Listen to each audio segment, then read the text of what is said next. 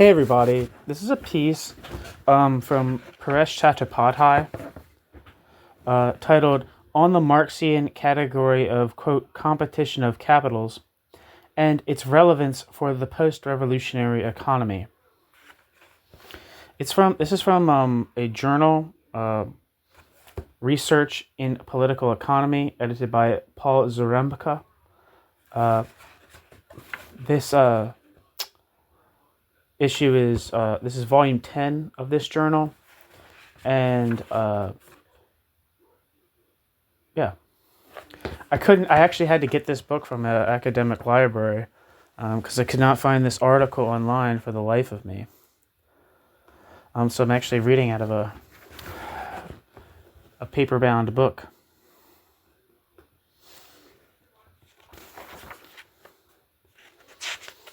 Or a hardback book. So here we go. On the Marxian category of, quote, competition of capitals and its relevance for the, quote, post-revolutionary economy. Quote, competition of capitals has been one of the least explored categories of Marx's, quote, critique of political economy. Numerous contributions on the so-called, quote, transformation problem notwithstanding.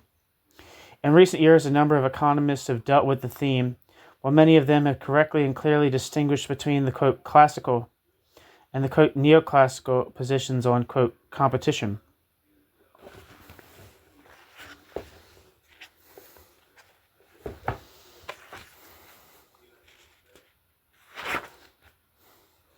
Footnote. The term, quote, classical political economy is used here in the sense of Marx and the term, quote, neoclassical in its current dominant usage. End footnote.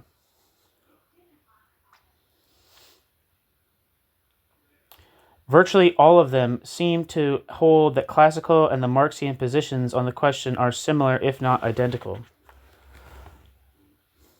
Footnote. C. Clifton, 1977. Delaplace, 1981, Morrison, 1981, Nikito, 1983, Shake, 1980, Steedman, 1984, Sweezy, 1981. For a refreshingly different perspective, see, however, J. Weeks, 1981. End footnote.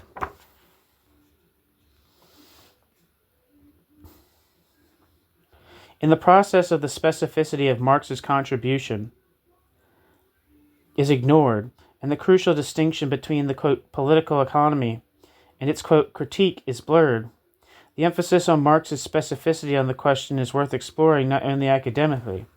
It also sheds, as we shall see below, an important light on the, quote, law of motion of the, quote, post-revolutionary economy. Footnote.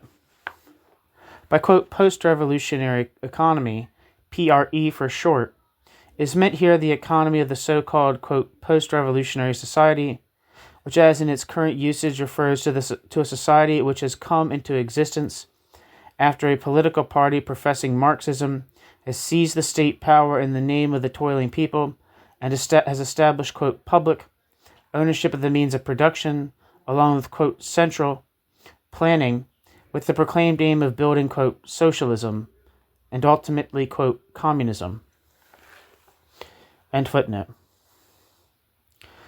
The paper is divided into two sections. The first deals with the specificity of the Marxian category of the, quote, competition of capitals, compared to the category of, quote, competition in bourgeois political economy, mainly its classical school, including the way Marx himself perceived this specificity.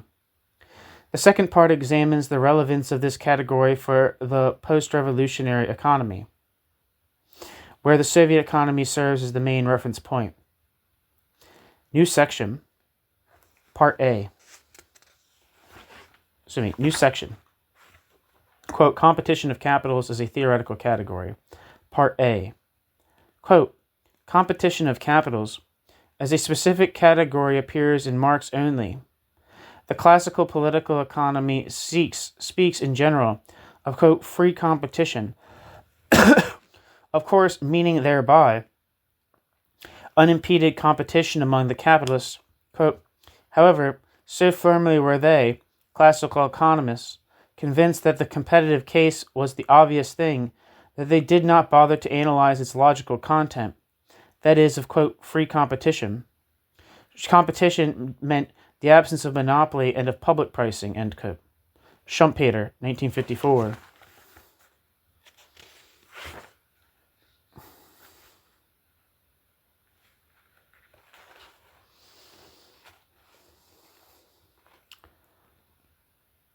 Though the later neoclassical concept of perfect competition is different in many respects from the classical concept of, quote, free competition, the basic starting point of both the versions of competition in bourgeois political economy is the absence of monopoly. See Schumpeter, 1954, Stigler, 1965, McNulty, 1963. Indeed, as Marx observes, competition of capitals arose historically as a negation of various kinds of monopolies, corporations and regulations that sprang from the mode of production that preceded capitalism and restricted the monopoly of capital from one sphere of the economy to another. Restricted the mobility of capital from one sphere of the economy to another. Corresponding to this historical tendency, bourgeois classical political economy conceived of competition of capitals purely negatively, as epitomized in the celebrated physiocratic slogan of laissez-faire, laissez-aller. Marx rejects the classics, quote, purely negative way of looking at competition of capitals and emphasizes that competition is also positive. Competition belongs to capital itself, showing capital and capital's phenomenal reality. Marx rejects the classics, quote, purely negative way of looking at competition of capitals and emphasizes that competition is also positive. It belongs to capital itself, showing capital and capital's phenomenal reality. Competition is the, quote, relation of capital to itself as another capital. Competition is the, quote, relation of capital to capital self as another capital, end quote. The relation which shows how capital, quote, necessarily repels itself, end quote. Competition, the reciprocal interaction of many capitals, is the necessary mode of manifestation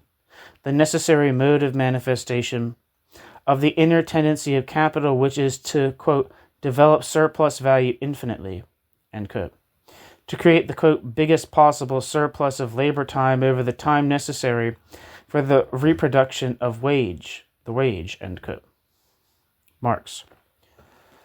This, quote, inner nature of capital and, quote, essential determination of capital, end quote, can appear only in the reciprocal interaction of different capitals, i.e. in competition, and thus shows itself as an external necessity. It is a misinterpretation of Marx to say that competition is the inner nature of capital. Footnote.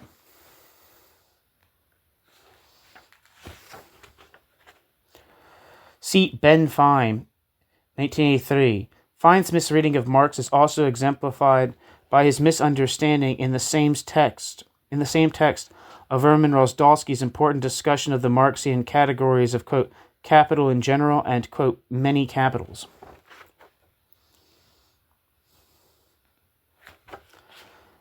End footnote. The, quote, inner nature of capital, or equivalently, the, quote, inner tendency of capital, is not competition. The inner nature of capital is to, quote, surpass all existing proportions by creating surplus value and increasing productive forces, end quote. Marx.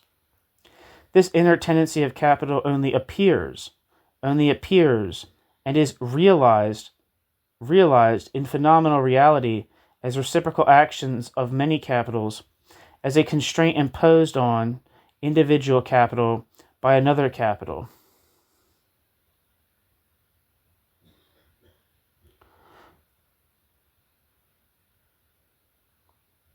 Inasmuch as, quote, capital can exist only as a plurality of capitals, end quote.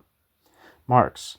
Quote, competition only executes the inner laws of capital, realizes the inner laws of capital, end quote. But, quote, does not create the inner laws of capital, end quote. Marx. What appears to be on the surface of the capitalist economy, the reciprocal actions of many capitals, is nothing but, quote, capital's own determination. Quote, capital's own determination, end quote. Marx. In essential reality, capital is only one, representing the capitalist class as a whole, or what Marx calls, quote, capital as such, end quote. Capital in general, and, quote, total social capital, quote, social capital, end quote. Marx.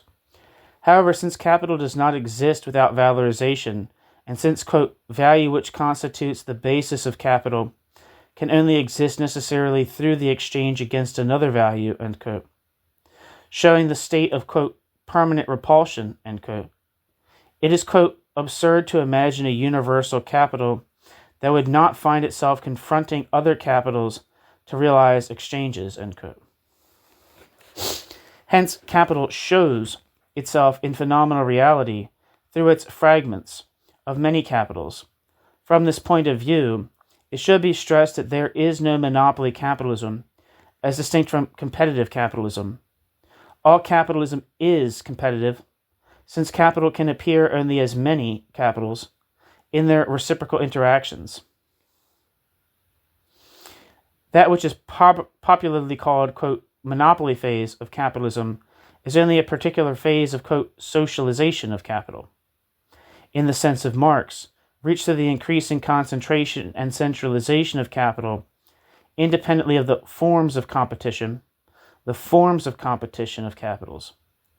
Monopolies are excluded by competition only because monopolies arise and are hangover from the pre-capitalist modes of production, quote, free competition, being nothing but, quote, free movement of capitals within capital's own conditions, end quote. Marx. Monopolies, quote, arising out of the capitalist mode of production itself, end quote, are considered by Marx as, quote, natural, falling within the competition of capitals. Quote, illimited competition only signifies, quote, the full reality and realization of the bourgeois relations of production in their differentia specifica. The full reality and realization of the bourgeois relations of production in the bourgeois relations of production differentia specifica, end quote. Marx. Marx's way of looking at competition of capitals as something positive as well as negative, belonging to capital itself, but simply one capital, in essential reality, becoming many capitals, in phenomenal reality, is absent in bourgeois political economy, quote, vulgar, as well as, quote, classical. This is basically because the point of view of totality, crucial to Marx's method and the starting point of Marx's analysis of capital, is by and large alien to bourgeois political economy. The physiocratic school seems to be the only exception. Marx points out that it is only the latter who, quote, established the first rational concepts on, quote, on capital in general. Marx points out that it is only the physiocratic school who, quote, established the first rational concepts on capital in general, end quote. Marx. And who, quote, comprehended the individual acts of circulation immediately in the individual acts of circulation's social characteristic mass movement, end quote. Marx. Footnote. Quote, circulation is considered in this connection as the, quote, reproduction process of capital, end quote, as Marx makes it clear, end footnote. While the concept of capital as a social totality is not entirely absent in Smith, social total capital is not considered by Smith as an entity different from individual capitals. His point of departure is really the individual capitals, and it is only by summing them up that he arrives at the, quote, capital of a society, end quote. Inasmuch as, quote, the capital of a society is the same with that of all the individuals who compose it, end quote. Adam Smith. Indeed, Smith's acceptance of the point of view of individual capital, ist, as opposed to that of social total capital, leads Smith to suppose that competition imposes laws on capital that are external and does not belong to capital's self. This is, of course, an aspect of the classics' negative view of competition.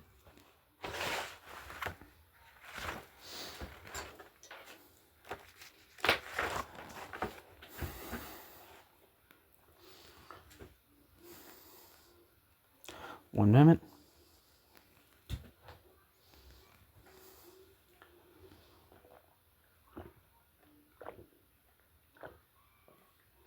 In Ricardo, capital as a social totality is dispensed with.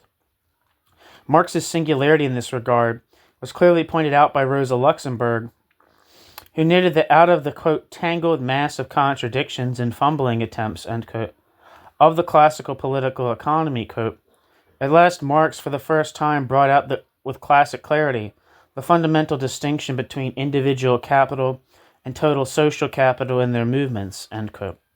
Rosa Luxemburg. Footnote. After Rosa Luxemburg's emphasis on totality as a specific Marxian method, the economists in the Marxian tradition by and large ignore it. It was left to the, quote, non-economists like Georg Lukács and Roman Rozdolsky, including those influenced by Roman Rozdolsky like Helmut Reichelt, to re-emphasize this basic element in Marx's, quote, critique. End footnote.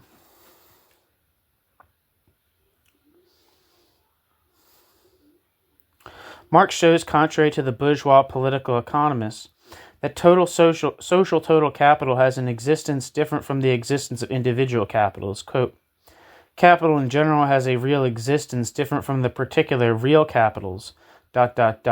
Consequently, while the universal is, on the one hand, a differentia specifica, only in the mode of thought, it is, at the same time, a particular real form by the side of the particular and the singular, end quote. Marx.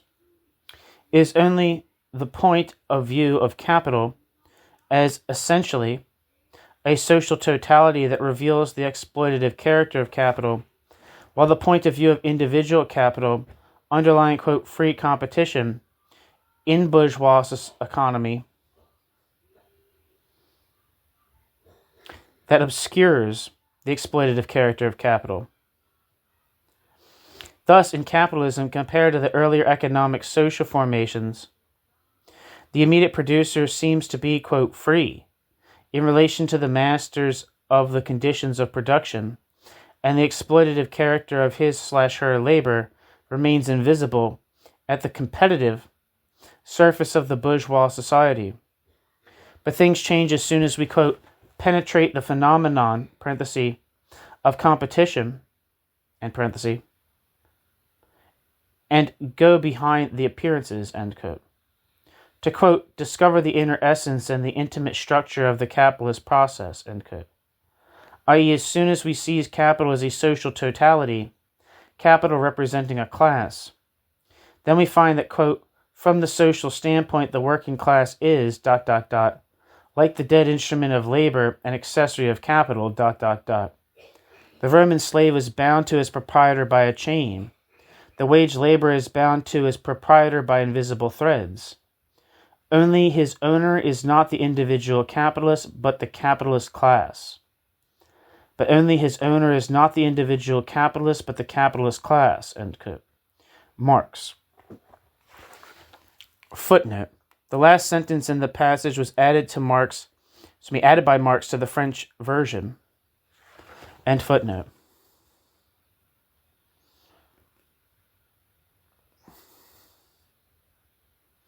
Following the method of, quote, rising from the abstract to the concrete, end quote, Marx first studies, quote, capital in general, i.e. the essence of capital, and then arise at the concrete forms, quote, engendered by it.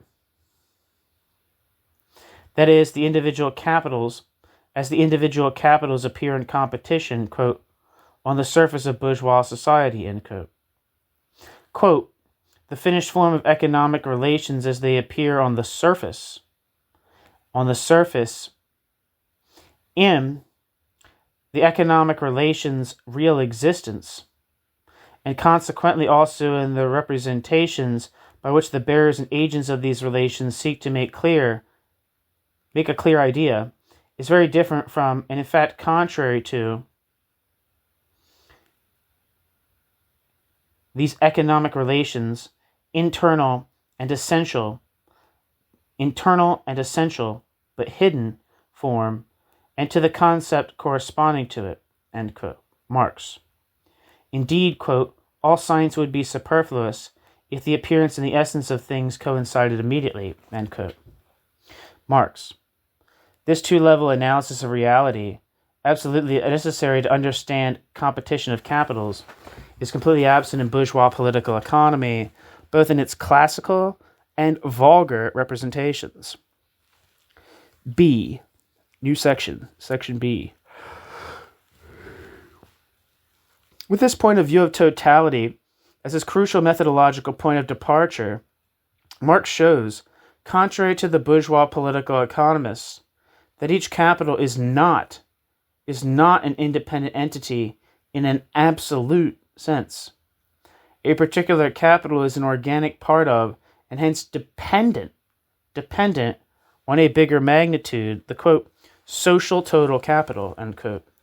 Indeed, quote, each particular capital constitutes only an autonomous fraction, with an individual life, as it were, of the social total capital, just as each particular capitalist is only an individual element of the capitalist class, end quote. Indeed, quote, each particular capital constitutes only an autonomous fraction, with an individual life, as it were, of the social total capital, just as each particular capitalist is only an individual element of the capitalist class, end quote. Marx. A contemporary economist has recently observed that, quote, Smith's invisible hand creates society as a whole out of a world of individuals. The key to this creation is the absence of any determination by the social totality outside of the activities of the social totality's parts, the individual units, and the individual units' products, end quote. Levine, 1977.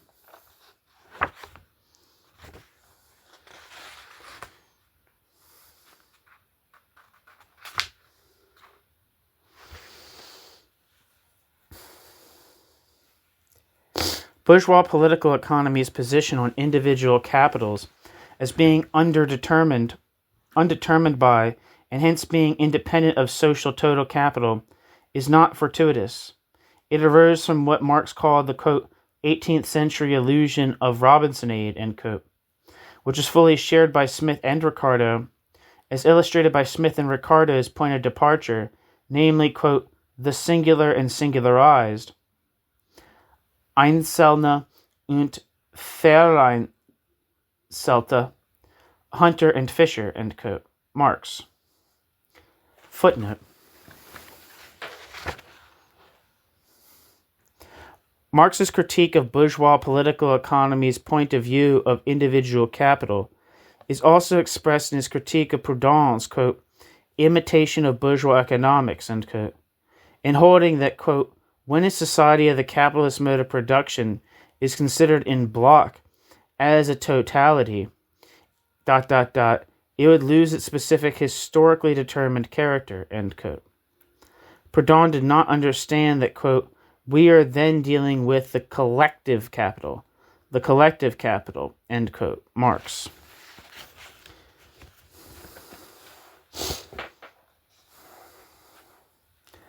End footnote. On the other hand, Marx emphasizes individual capital's dependence on social total capital simultaneously, with their indifference to one another,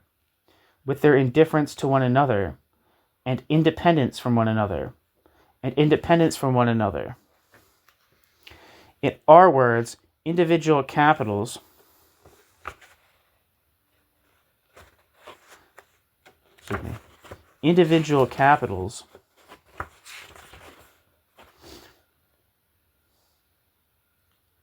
sorry, what the fuck happened? In other words, individual capitals are only relatively independent, only in relation to other capitals. Marx points out two aspects of this reciprocal indifference and autonomy of capitals, completely ignored by the bourgeois political economy with its standpoint of individual capital as the ultimate reality of capital, both of which obscure the essence of capitalist exploitation. First, the individual capitalist behaves with another capitalist, not as a capitalist,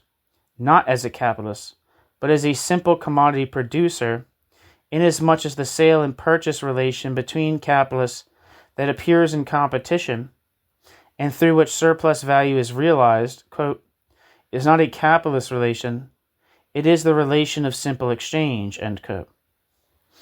Individual capitalists, quote, confront one another as mutually independent and competing commodity producers, end quote. Marx. Moreover, in the process of circulation, as shown in competition of capitals, quote, capital coming out of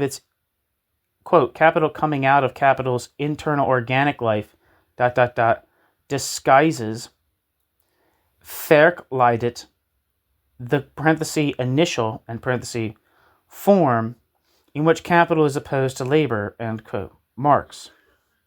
Second, the individual capitalist confronts and considers all workers except the individual capitalist's own, not as wage laborers, but as simple consumers of his products, as, quote, simple centers of circulation, end quote, in which the latter's, quote, specific determination as workers is completely effaced, end quote. Marx. Footnote. Marx shows that what distinguishes capitalist domination from other modes of domination is that the immediate producer under the former constitutes, quote, an autonomous center of circulation, end quote, a, quote, exchangist positing exchange value and obtaining, subsistence, end through exchange, end quote. Marx, thereby mystifying the exploitation relation, end footnote.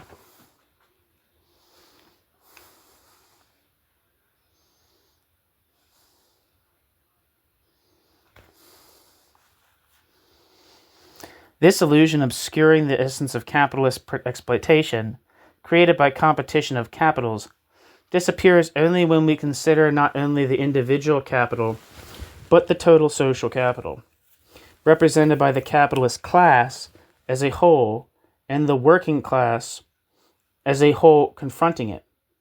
Then it is seen that, quote, the capitalist class constantly gives to the working class, in money form, the assignments over a part of the products of the latter, alone, and has produced, and the former has appropriated to itself, and that, the working class constantly gives back these assignments to the capitalist class in order to take out its share from its own product.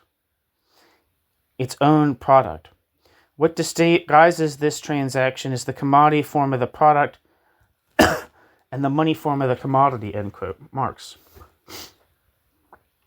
The apparent character of the individual capitalist, quote, independence is brought out by Marx at each of the two levels of competition of capitals, and that he analyzes. Competition within the same sphere of production and competition across different spheres of production. At the first level of competition, the market value of the product, the same for all the capitalists of the sphere, is not determined by the particular labor time necessary for an individual capitalist, but the, quote, labor time necessary for producing the total mass, the total mass, the total sum of the commodities corresponding to this sphere of production, end quote. Marx. It is only through such imposition of socially necessary labor time that the, quote, singular capital is really placed in the conditions of capital in general, end quote. And it is, quote, it is precisely the apparently independent actions of the singularities, the reciprocal action of capitals as singular capitals, that posits the capitals as more general and supersedes the capital's apparent independence and autonomous existence, end quote. Marx. Similarly, analyzing the second level of competition of capitals, Marx shows that the bourgeois economists failed to see that the profit of the individual capital is precisely mediated by, quote, the total exploitation of labor by the total, social capital, social and capital, end quote. That it comes out of the, quote, global surplus value extracted from the workers by the social total capital, end quote. Indeed, quote, the individual capitalists strive to share the total, quantity of unpaid labor that they extract from the working class. The capitalists share as brother enemies, the loot of the labor of others, appropriate in the way that on an average one appropriates as much unpaid labor as another, end quote. Marx calls, quote, this striving, end quote, of the singular capitalist at sharing the total unpaid labor, quote, competition, end quote. However, viewed from the point of view of the individual capital,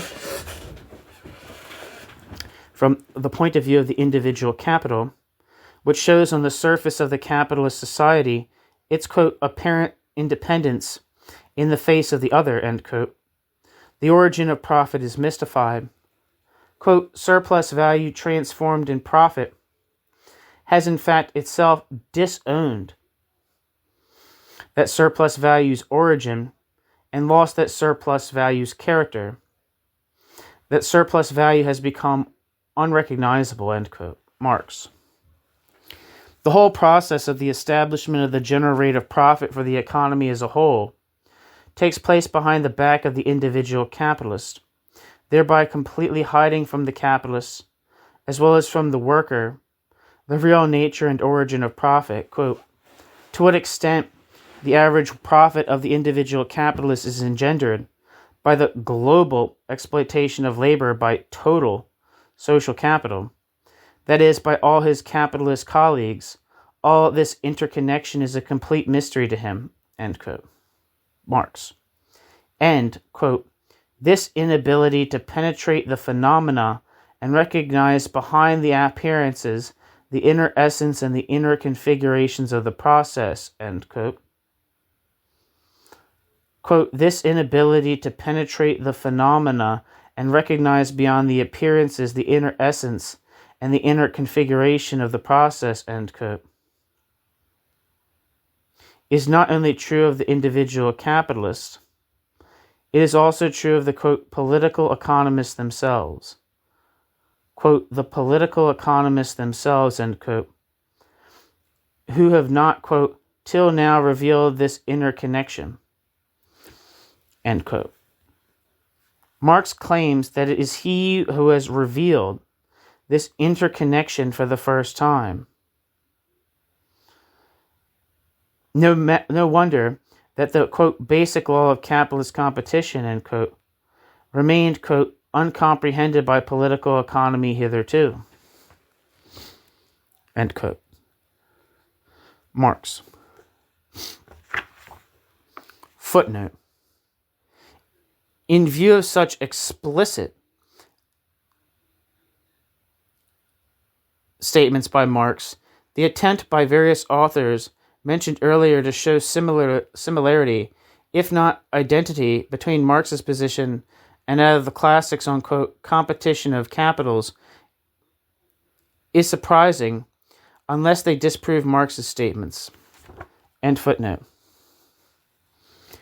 Even the best representatives of the bourgeois political economy, such as Smith and Ricardo, basically partake of the point of view of the individual capitalist.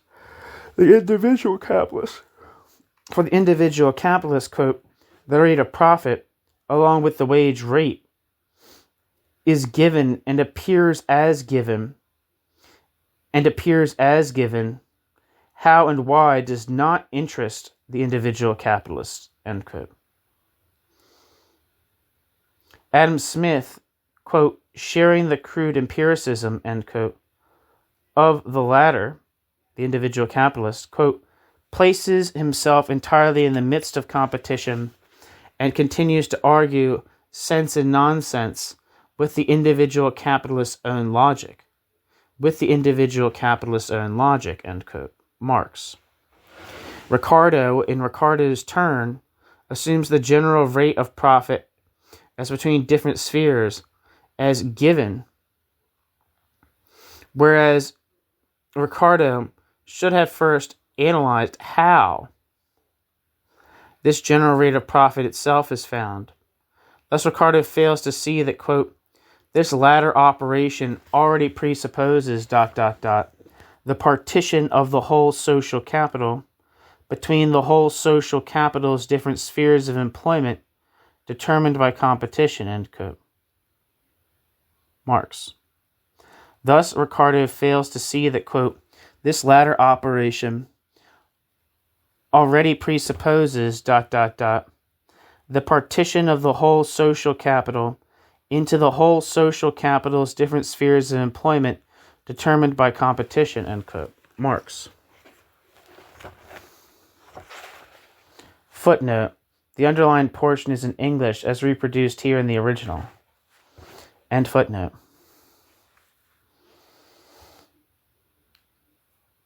This is connected with Ricardo's confusion about the two meanings that he offered for, quote, natural price.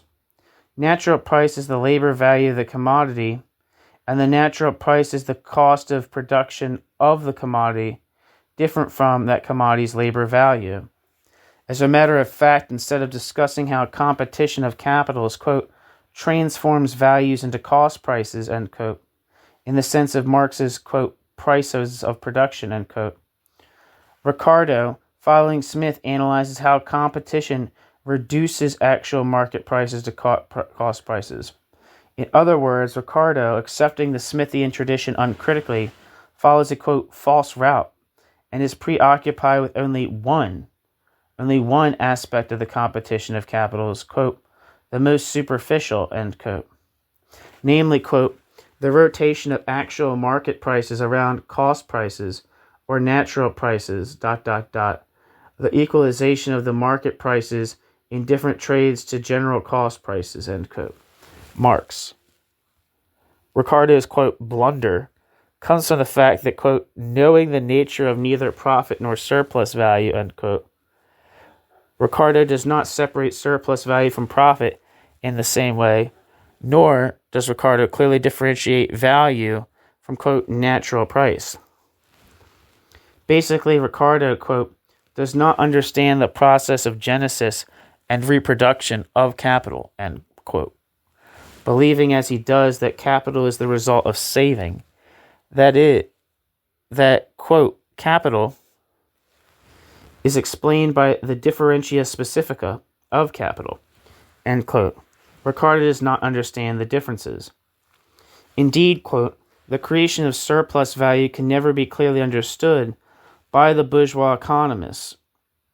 Indeed, quote, the creation of surplus value can never be clearly understood by the bourgeois economists, end quote, because, quote, the creation of surplus value coincides with the appropriation of the labor of others without exchange, end quote. Marx. New section, section C. Contrary to the bourgeois economists, Marx does not necessarily associate competition of capitals with juridical private property in capital.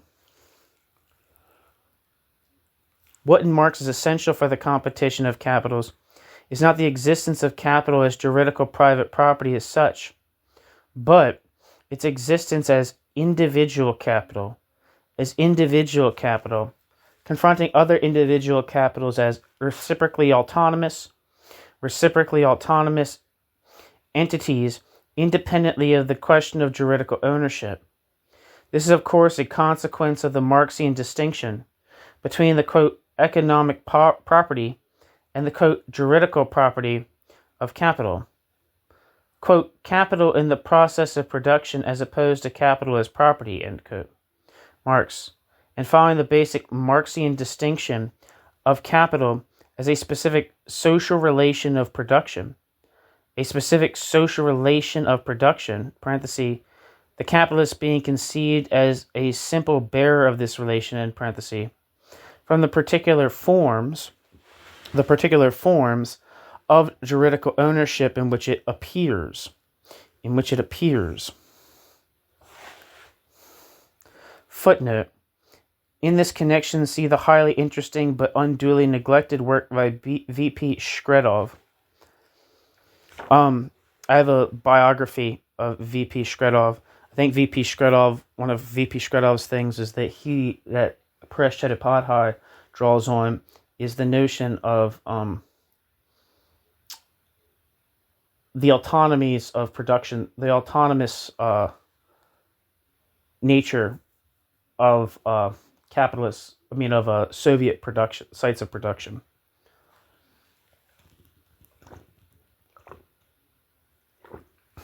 They competed with each other in some capacity, which I'm sure is what he'll talk about later, but I'm not sure as of now. End footnote. As Marx observes, in the context of landed property, quote, it is for the capitalist mode of production itself to create the form, parenthesis, of property, end parenthesis, corresponding to the capitalist mode of production, ... however diverse be the juridical forms of property, end quote. Marx.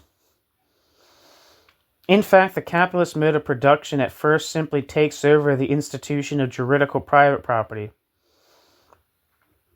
in its personal/familiar form from the pre-capitalist era, and only later modifies it corresponding to the exigencies of the accumulation of capital, just as, to give an analogy, capitalism simply takes over the techniques of production from pre-capitalism at the initial stage. The stage of, quote, formal subsumption of labor under capital, end quote, and revolutionizes the techniques only subsequently, corresponding to the stage of the, quote, real subsumption of labor under capital, end quote. Thus capital could be, quote, private, parenthesis, personal/familial, end parenthesis, as well as, quote, directly social, end quote, as Marx calls it, the latter signifying the, quote, abolition, parenthesis, or suppression or sublimation, all implied by the typical Hegelian expression Aufhebung in the original, end parenthesis, of capital as private property within the limits of the capitalist mode of production itself.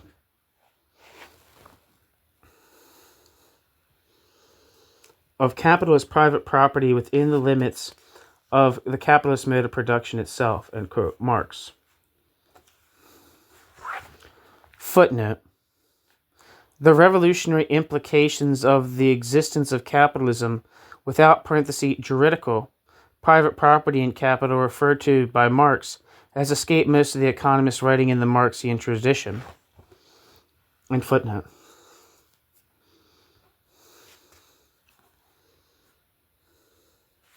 It is not so much the specific juridical form of property in the means of production as the real non-property of the immediate producers in them that makes them capital.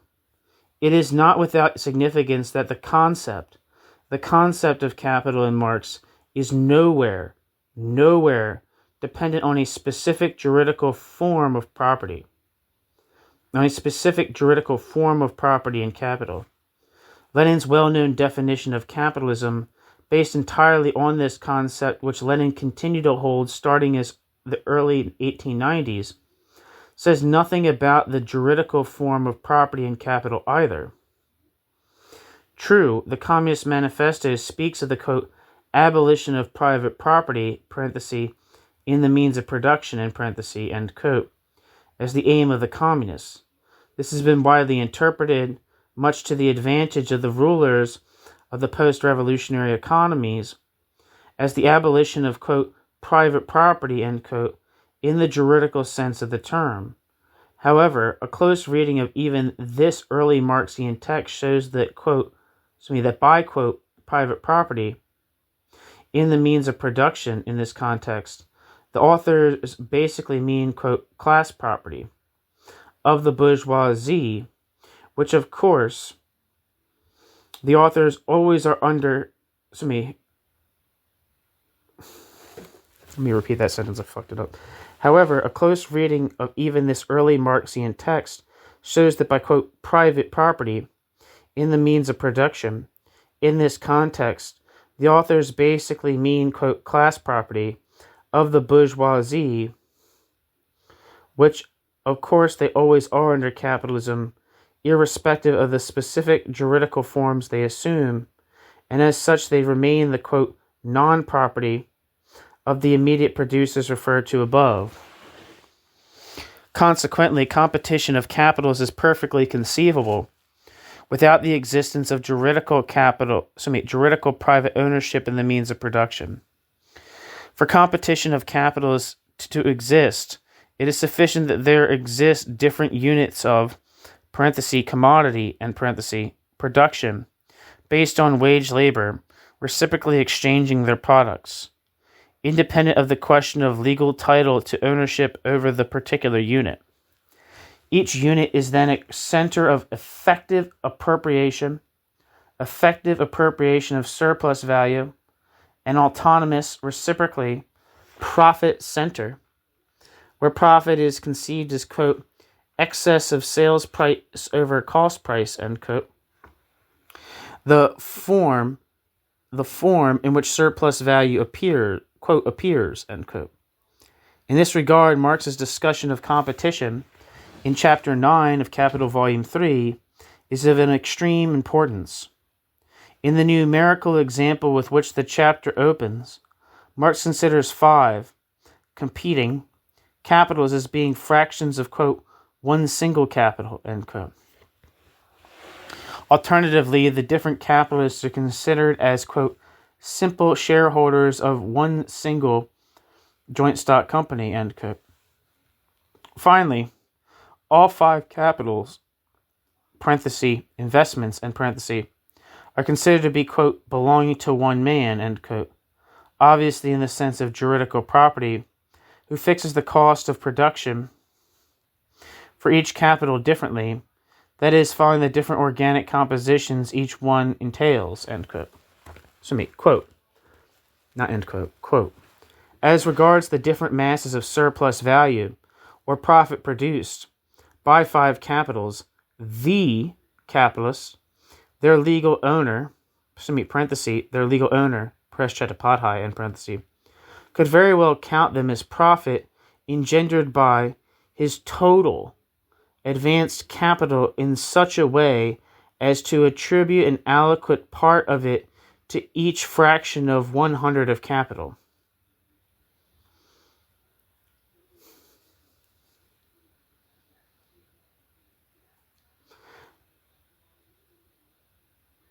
Capital in such a way as to attribute an adequate part of it to each fraction of 100 of capital. The cost prices of the commodities in the particular investments 1 through 5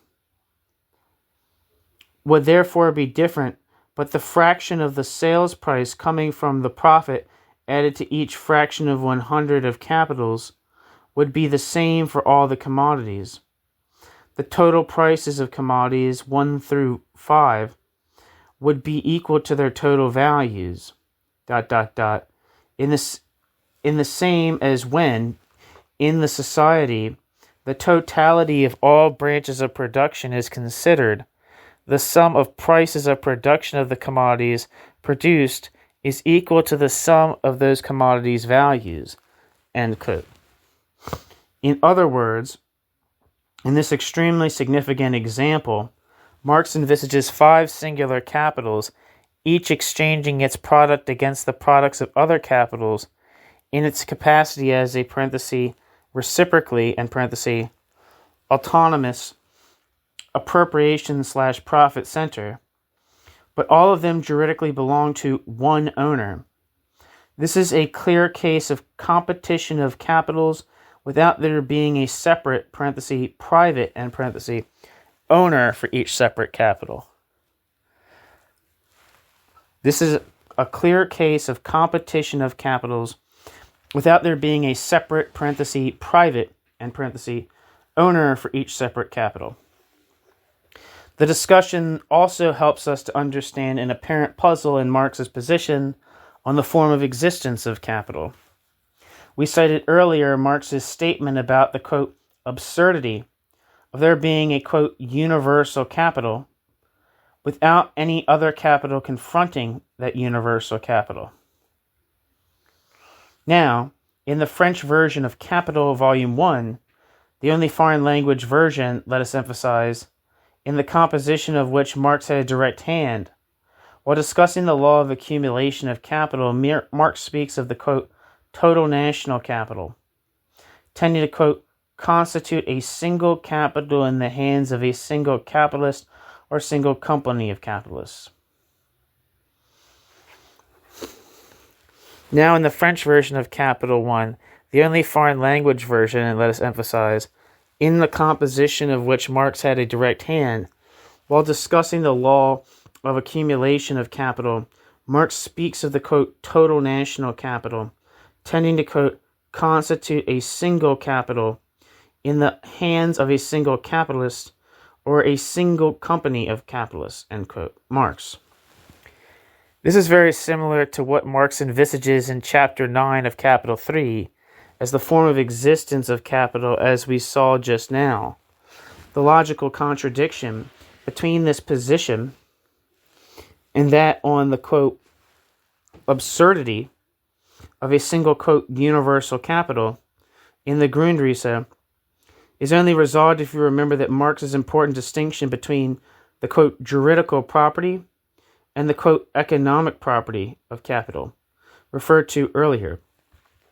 Total social capital, even under a single juridical ownership, under, quote, one person or, quote, one company, end quote, is clearly envisaged by Marx as fragmented into many reciprocally autonomous capitals in the sense of appropriation/profit centers confronting one another through exchange of the products of human (wage) and labor taking commodity form, in other words, as competing capitals.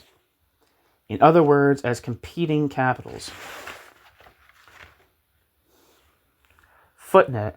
After citing the Grundrisse passage on the, quote, absurdity of a, quote, universal capital, Rosdolsky significantly remarks, quote, therefore a state capitalism would be possible only insofar as several state-organized capitals confront one another, end quote. Rosdolsky. End footnote.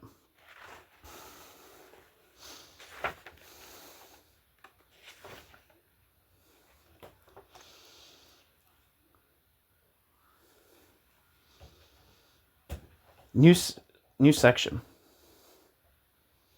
End footnote, new section. Competition of capitals in the post-revolutionary economy. One second, actually.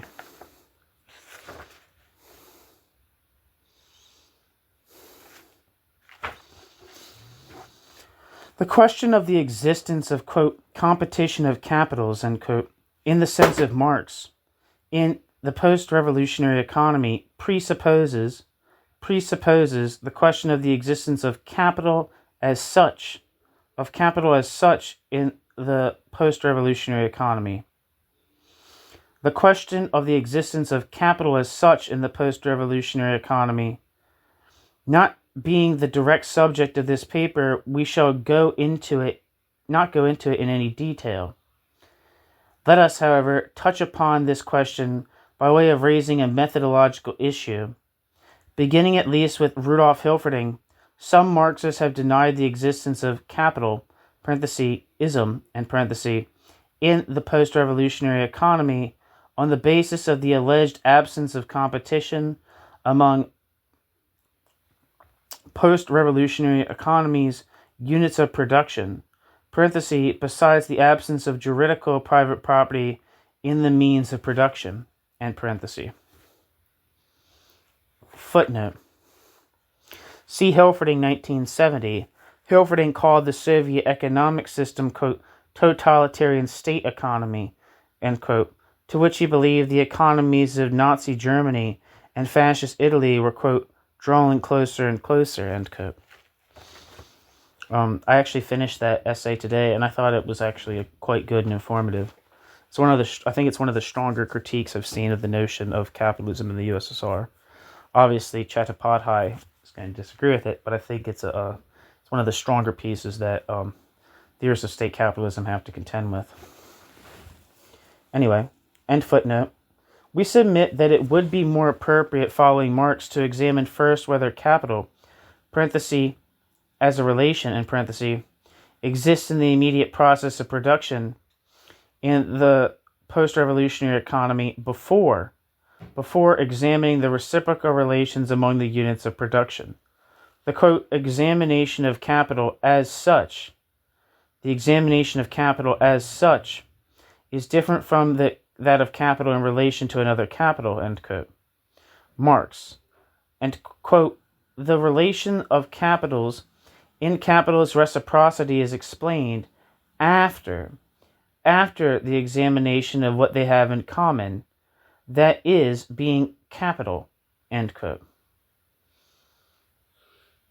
Because, quote, the scientific analysis of competition, of capitals, is possible only after the inner nature of capital is understood, end quote.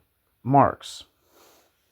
Without going into details, let us simply note here that in the post-revolutionary economy, the juridical abolition of private property in the means of production, on the one hand, and control of the economy and society at all levels, including, quote, one-person management, end quote, in the process of production nominated from above by the single party on the other, the party itself remaining completely outside of any popular control, ensure the immediate producer's non-property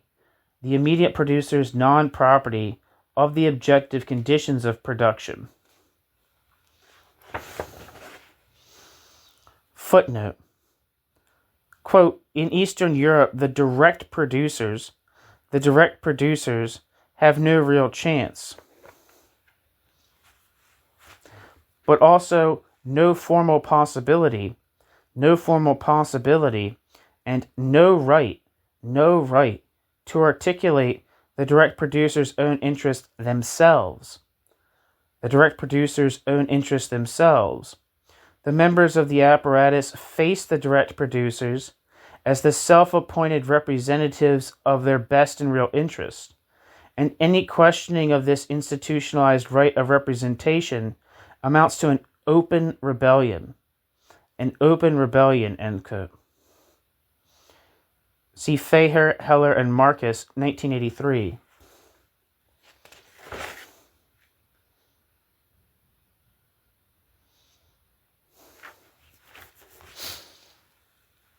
End footnote.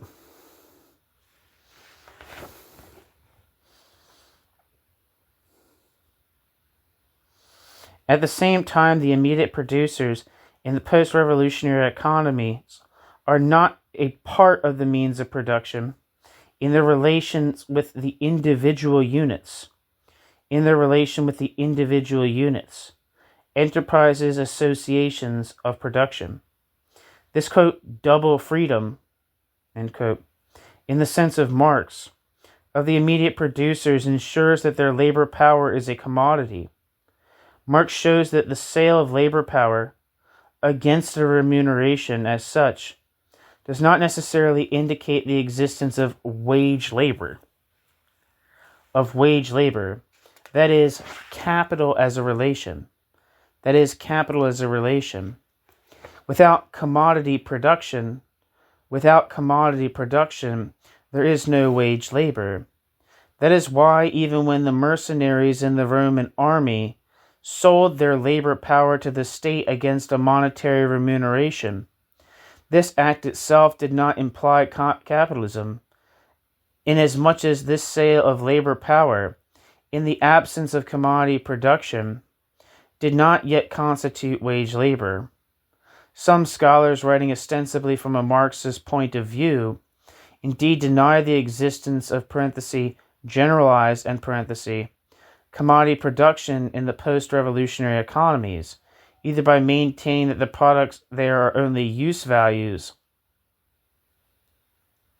such as Tickton, 1978, Feher, Heller, and Marcus, 1983, or by holding that the means of production there have no commodity character, such as Mandel, 1974, and Newty, 1979-1981, without parenthesis, generalized, end parenthesis, commodity production, there would of course be no capitalism, and even if the workers were separated from the means of production, they would not be, quote, wage laborers, end quote, in the sense of Marx.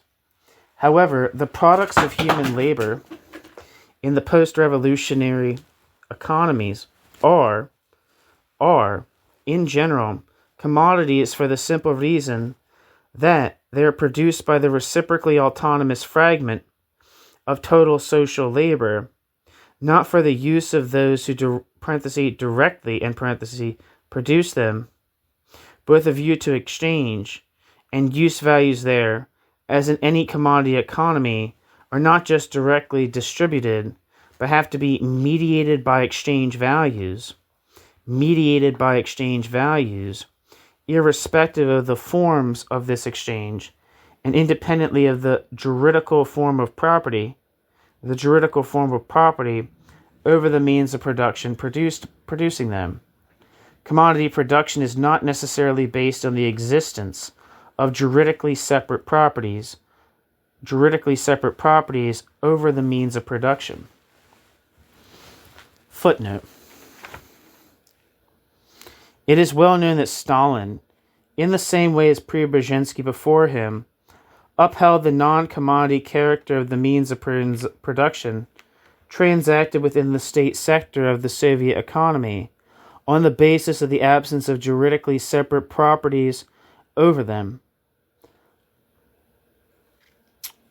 Oscar Lange, uncritically following Stalin, also denied full commodity exchange to the products passing between the units of the state sector on the same grounds. This is still the basic position of many scholars in the Marxist tradition or sympathetic to Marxism, like Ernest Mandel, M. Newty, for example. Charles Bettelheim was one of the first to question this oversimplified Marxism. See Bettelheim, 1970. End footnote.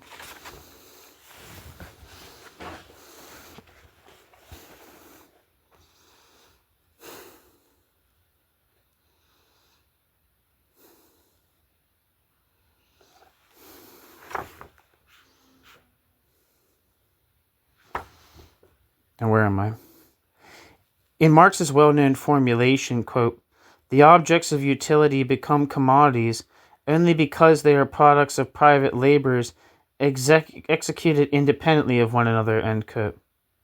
There is no necessary one-to-one correspondence between, quote, private labor and private property, in the juridical sense, in the means of production in order for the products to become commodities, quote, private labor, end quote, described here basically refers to individual or non-directly social non-directly social labor, whatever be the specific juridical form of property.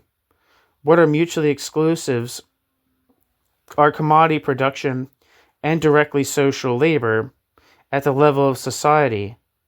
Whenever the immediate producers enter into social contact with one another, only through the exchange of their products, and consequently whenever the relations of their private labors appear not as, quote, immediately social relations among persons in their very labors, end quote, but as, quote, social relations among things, end quote, the conditions of commodity production are satisfied. This is invariant with respect to the juridical forms of property. This is also clear in Marx's example of competition of capitals, all of them belonging to the same capitalist, as we saw earlier. Marx's position on commodity production seems to underlie the, quote, general definition, end quote, of market, which is only the concrete configuration of commodity exchange.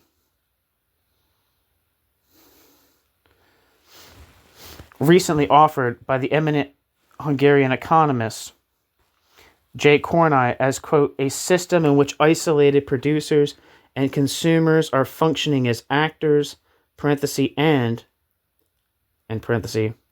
their products are exchanged between them for money, end quote, including the, quote, firm manufacturing the means of production and the firm using the means as seller and buyer, end quote. The definition covering, quote, the market which is centrally planned and controlled in full detail, the one that is only influenced by the center, as well as the one that is totally decentralized and free, end quote. Kornai.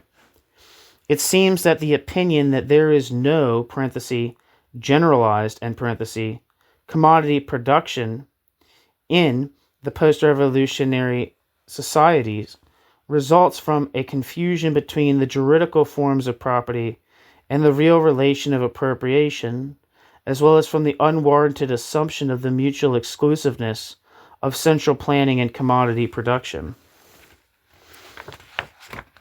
Footnote. We leave aside the question of whether post-revolutionary economy is in fact a planned economy or it is simply a, quote, managed, quote, administered economy as contended by scholars like E. Zaleski, J. Wilhelm, etc. End footnote.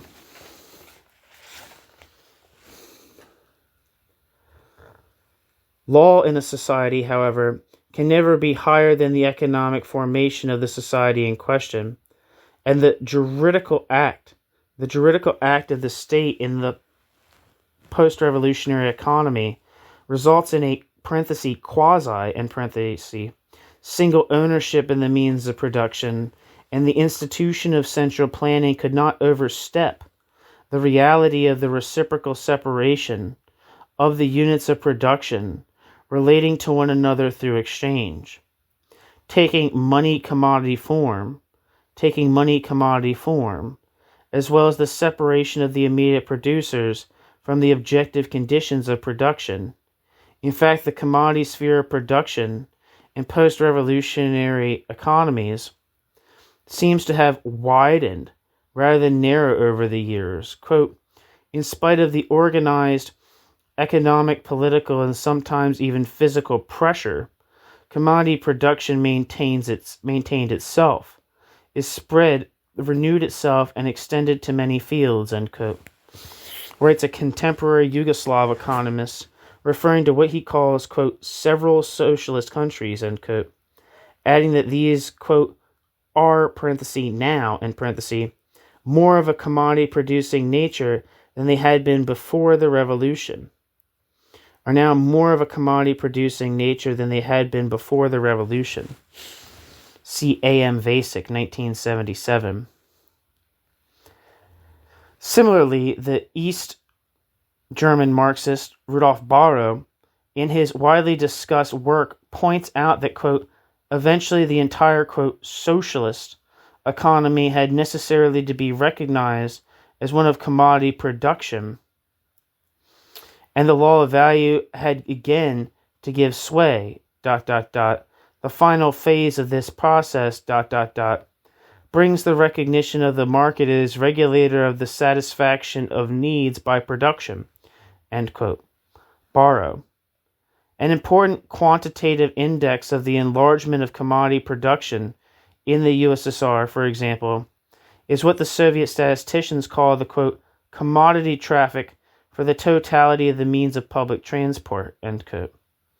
This increased from 2.82 billion ton kilometers in 1922 to 7,019.4 billion ton kilometers in 1981.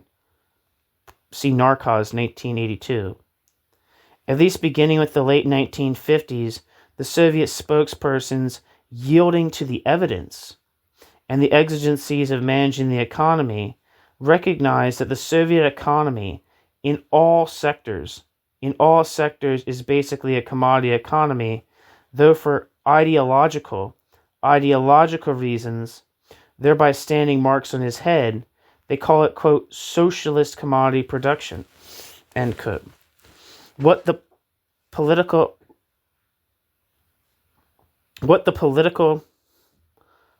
post-revolutionary economy spokespersons, particularly those of the USSR, are not, yet, prepared to recognize is that the existence of, generalized, commodity production in their regime necessarily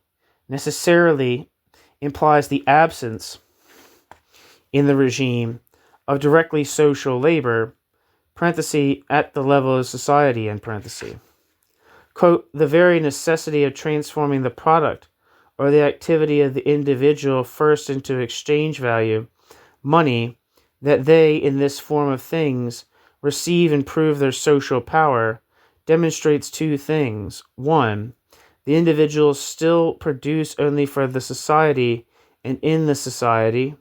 Two, the production is not directly social. Their production is not the offspring of the association which distributes the labor among its members. Nothing is more false or absurd than to suppose the control by the united individuals of their total production on the basis of exchange value, money, end quote. Marx. Footnote. Quote, the offspring of association, end quote, is in English in the original, end footnote.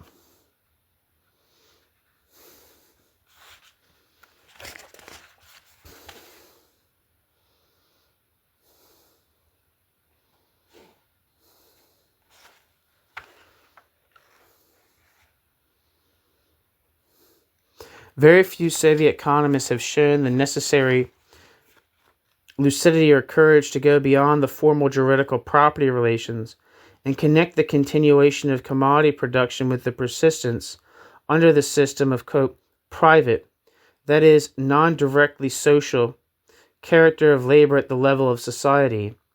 V.P. Shkredov, for example, correctly connects the commodity production in the USSR with the, quote, not yet immediately social character, end quote, of labor at the level of society, holding that it is only within a production unit that labor is immediately social, but as regards the other units of production, labor of each unit is still, quote, relatively autonomous, end quote. Footnote. It should be pointed out that the, quote, immediately social, end quote, character of labor as such does not mean socialist relations of production. Indeed, as Marx shows, this possibility arises, of course, in a quote, antagonistic, end quote, form, precisely at the stage of, quote, directly social, end quote, capital, corresponding to the enormous extension of the scale of production which, with fixed capital, quote, the most adequate form of capital, end quote. Marx. End footnote.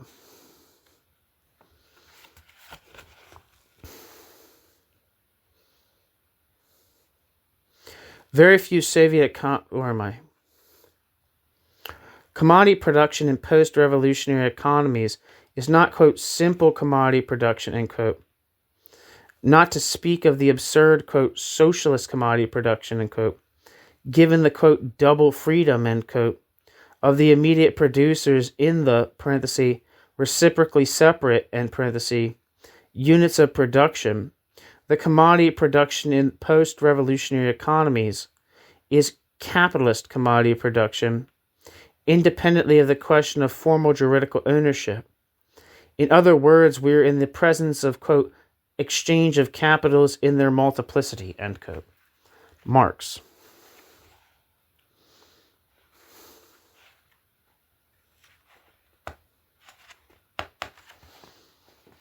New section, section B. In part 1B of this paper, we discussed in part 1B of this paper that, quote, competition of capitals, end quote, in the sense of Marx, exists whenever the process of total social production is split among reciprocally autonomous units of production, each of which, based on the, quote, double freedom, end quote, of the immediate producers, exchanges with other units the products of human labor, in parenthesis, money, and parenthesis, commodity form, whatever be the specific juridical forms of property in the means of production, and whatever be the specific forms of exchange, the specific forms of exchange of commodities, parenthesis, including labor power as a commodity, in parenthesis, just as the denial of the existence of double freedom of the immediate producers in post-revolutionary economies flies in the face of the actual reality of post-revolutionary economies' relations of production. In the same way, it is palpably incorrect to assert that in post-revolutionary economies, quote, the whole economy is managed as a single firm, end quote. See Newty, 1981. The fact that in post-revolutionary economies, the products of human labor are not just directly appropriated and physically distributed among the units of production, but are mutually exchanged in money commodity form, as we discussed above, shows that these units are reciprocally separate, autonomous units of the total social capital. On the other hand, the law itself recognizes that these enterprises associations, end parenthesis, though under the ownership of and dependent on the, quote, center, are reciprocally autonomous.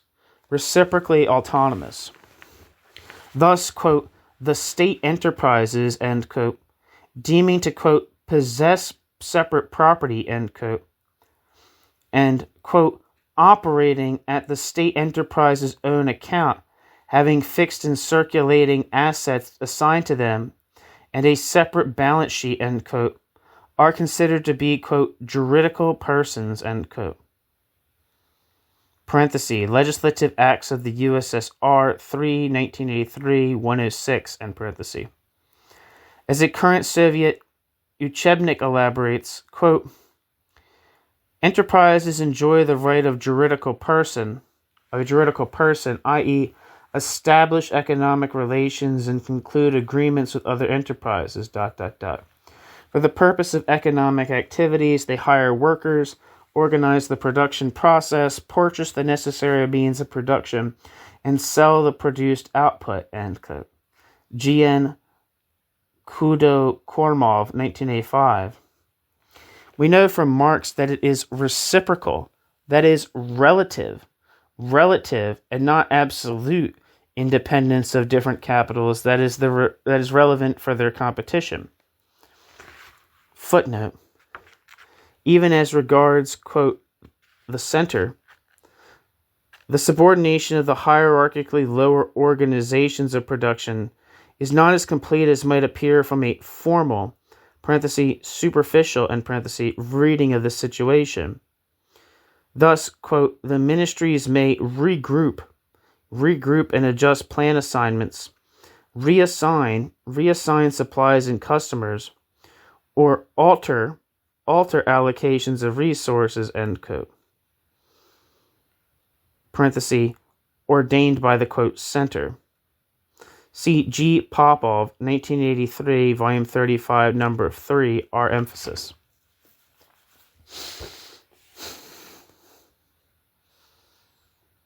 End parenthesis. End footnote. It is this, quote, reciprocal autonomy and indifference, end quote, as Marx would call it, of the production units in relation to one another, combined with the exigencies of plan fulfillment itself. In fact, the plan serving as the immediate instrument for the accumulation of capital, that is, the basis of the exchange of commodities, above all the means of production, between these units. Footnote, quote, in order to carry out the production assignments of the Techprom Fin Plan, the enterprise must enter into purchase and sale relations with other firms, end quote. J. Berliner, 1957. End footnote.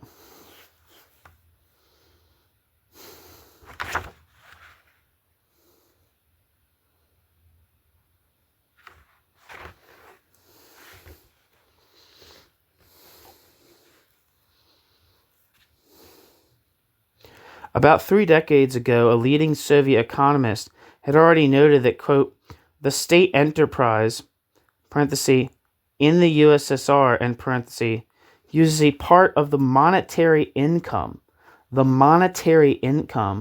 received as a result of the sale of products to acquire the indispensable means of production, and for the payment of wages of the enterprise workers. This form of state socialist property serves as the basis of the money-commodity relations between state enterprises. This form of state socialist property serves as the basis of the money-commodity relations between state enterprises, end quote. P. Zalstrovstev, 1959. At the same time, we are told of the, quote, market for means of production, end quote, as being, quote, the most important link in the process of circulation, end quote, where, quote, commodity exchange of the means of production takes place between public enterprises. Where, quote, commodity exchange of the means of production takes place between public enterprises, end quote. And the, quote, commodity turnover, end quote, showing, quote, sales value of this means of production, as well as the articles of consumption, end quote. The former representing the, quote, commodity link, end quote, between enterprises. See N.G. Markina and A.V. Orlov, 1978. Footnote. For examples of exchange of means of production between units of production in the USSR, see N. Glushkov, 1982, number 9. End footnote.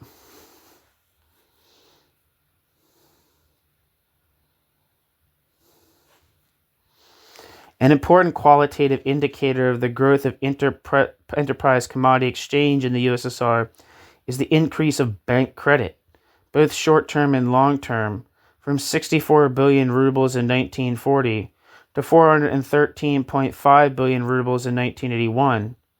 It must be stressed at this point that bank credit in the post-revolutionary economy involving scriptural or, quote, non-cash, end quote, transactions, far from having a, quote, non-capitalist, end quote, character, as some researchers would have it, rather shows itself as another specific form of money, which has in fact greatly facilitated the mobility of capital from one sphere to the other. Footnote.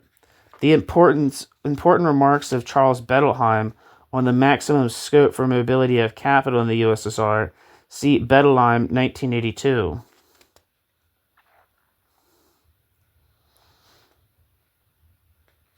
End footnote. Where the hell am I? Marx already noted that, quote, different forms of money can correspond more suitably to the different stages of social production, the one being able to eliminate the inconveniences that the other cannot, end quote. Marx added that, quote, but as long as the forms of money subsist, and money remains an essential relation of production, no form can eliminate the contradictions inherent in money. At best, one form can represent them differently than the other, just as no form of wage labor can eliminate the defects of wage labor itself, end quote. Marx envisaged that in a, quote, developed capitalist system, cash is replaced largely by the operation of credit and credit money, end quote. Marx. Footnote.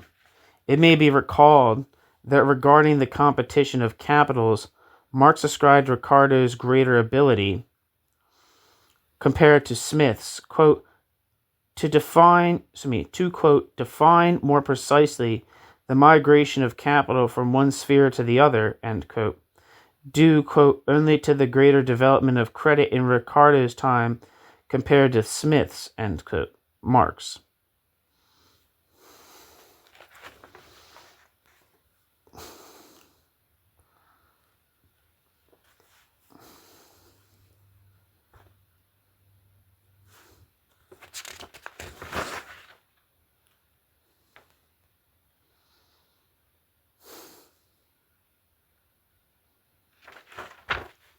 End footnote. New section.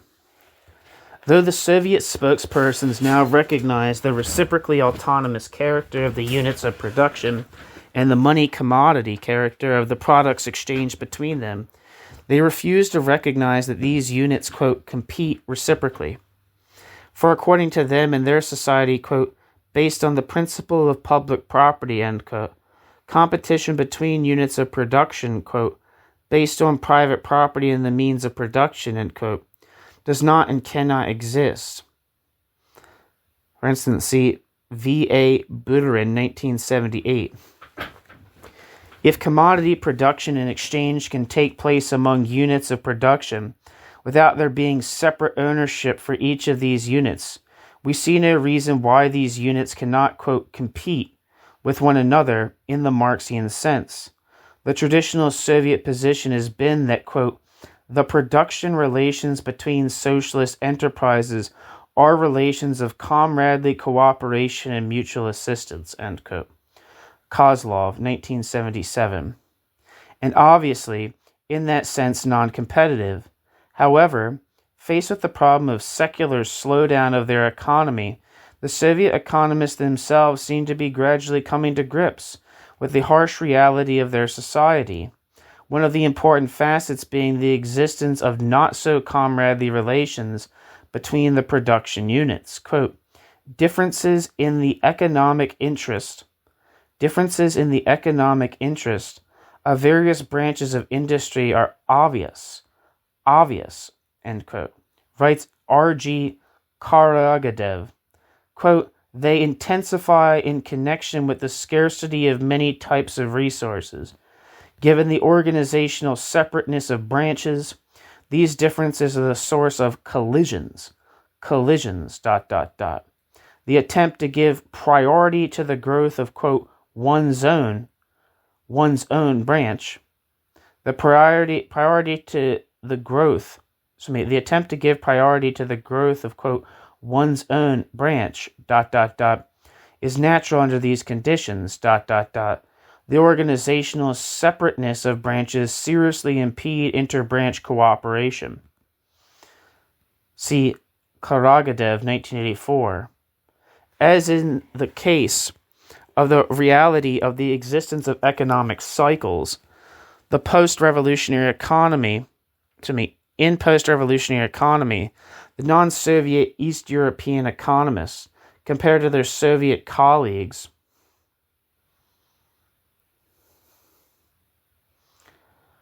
have shown a far greater critical sense regarding the actual reality of post-revolutionary economies, production, and unit relations. Thus, a Czech economist opposing the view that, quote, competition, is, foreign to socialism, incompatible with socialist ownership, and planned development of the socialist economy, end quote, has maintained that, quote, socialist commodity production is inseparably accompanied by the existence of divergences between material interests of individuals, collectives, and society, end quote. And that, quote, the resolving of these divergences through clashes between the subjective efforts of different agents in the productive process, is, an integral element of the socialist economy, end quote. In this connection, he has referred to the, quote, competition among producers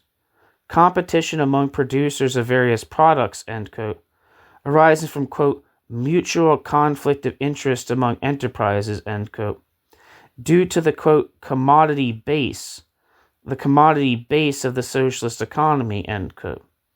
Z. Codet, 1966, number 5, page 35. More recently, J. Cornai has discussed what he calls, quote, competition in post-revolutionary economies as both the, quote, vertical and the, quote, horizontal levels. At the vertical level, several firms as claimants, quote, compete with each other for investment resources at the disposal of the allocator, end quote. And each firm director, quote, fights for more investment for our team, our firm, our ministry, end quote. J. Cornai. Footnote.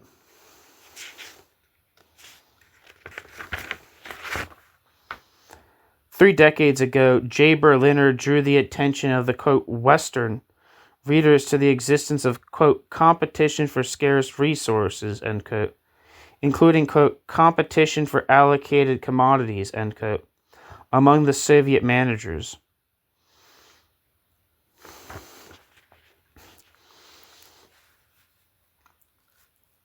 End footnote.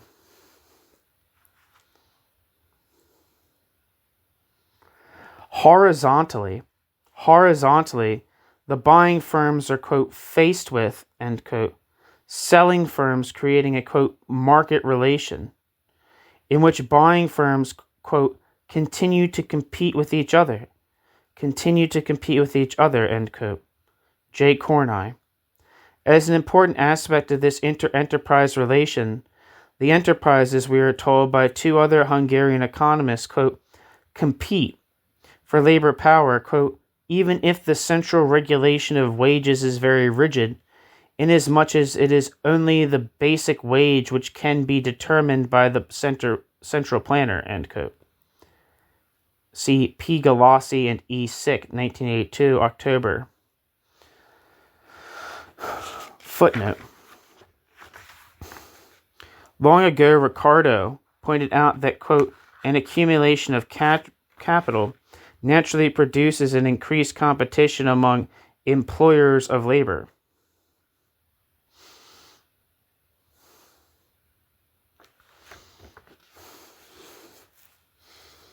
Which makes sense because, when capital expands, employment tends to tick up, and that expansion in employment causes less of a scarcity for labor, so there's a increase of there's a decrease of supply of labor and an increase of demand, which increases the price of labor. Anyway, end footnote. Those who deny the existence of competition of production units not to speak of, quote, competition of capitals, end quote, in post-revolutionary economies seem to be considering certain historically determined forms of competition as they appear in the so-called classical capitalist society, as identical with competition as such, as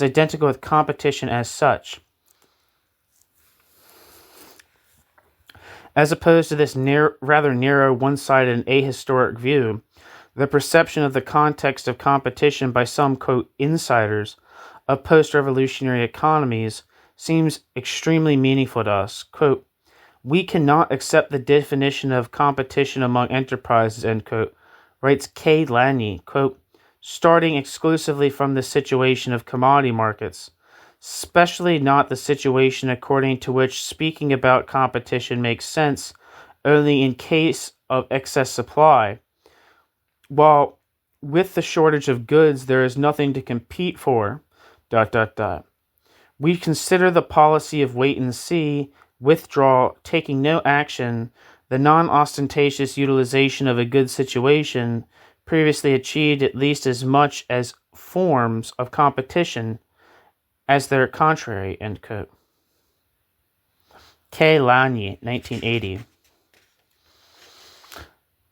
Thus it seems that, as in the case at an earlier epoch of commodity production in the post-revolutionary economy, the reality of inter-enterprise competition, in the absence of juridical private property in the means of production, is being gradually recognized by the post-revolutionary economy's economists.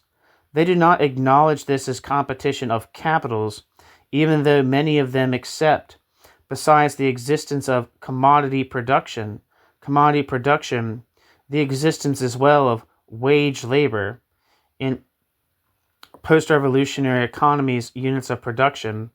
Their non-recognition of the existence, in post-revolutionary economies, of competition of capitals arises undoubtedly from their non-recognition of the existence of capital, ism, itself in post-revolutionary economies, and the only reason for the latter seems to be their idea of the impossibility of capital, ism, in the absence of, juridical, private property in the means of production.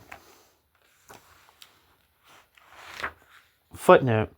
We say, quote, only reason, end quote, because they already accept the existence of, generalized, commodity production in exchange of labor power against wages, end footnote. Needless to say that this property fetishism goes against the Marxian position, as if Marx never distinguished, quote, economic property from, quote, juridical property of capital, nor wrote about capital becoming, quote, directly social, and the capitalist a pure, quote, functionary of capital, not merely capital's, quote, private owner, at a certain stage of capital's development. On the contrary, given in post-revolutionary economies the, quote, double freedom, end quote, of the immediate producers in relation to the conditions of production, in the sense of Marx, as we previously discussed, and the exchange of the products of human labor in money, commodity form, between the reciprocally autonomous units of production, all the conditions of, quote, competition of capitals, end quote, are, we hold, satisfied. This includes what Marx calls, quote, mutual repulsion of capitals, end quote, inasmuch as the latter is, quote, already contained in capital as realized exchange value, end quote. Marx. The question of specific juridical forms of property in the means of production has little relevance here. It should be stressed that the act of, quote, liberating capital from juridical private property and of bringing it under, quote, central control seems to have, in fact, immensely facilitated its accumulation in post-revolutionary economies. Contrary to the idea of Hilferding and some later Marxists, accumulation in the USSR in the sphere of production has not been accumulation of, quote, use values. It has been accumulation of capital, given the essential capitalist relations of production. Parenthesis, quote, double freedom of the immediate producers based on commodity production, end parenthesis.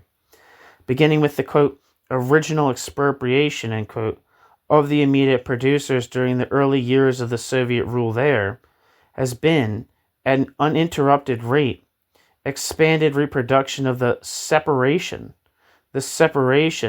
of the immediate producers from the means of production, thus the non-wage salaried part of the population,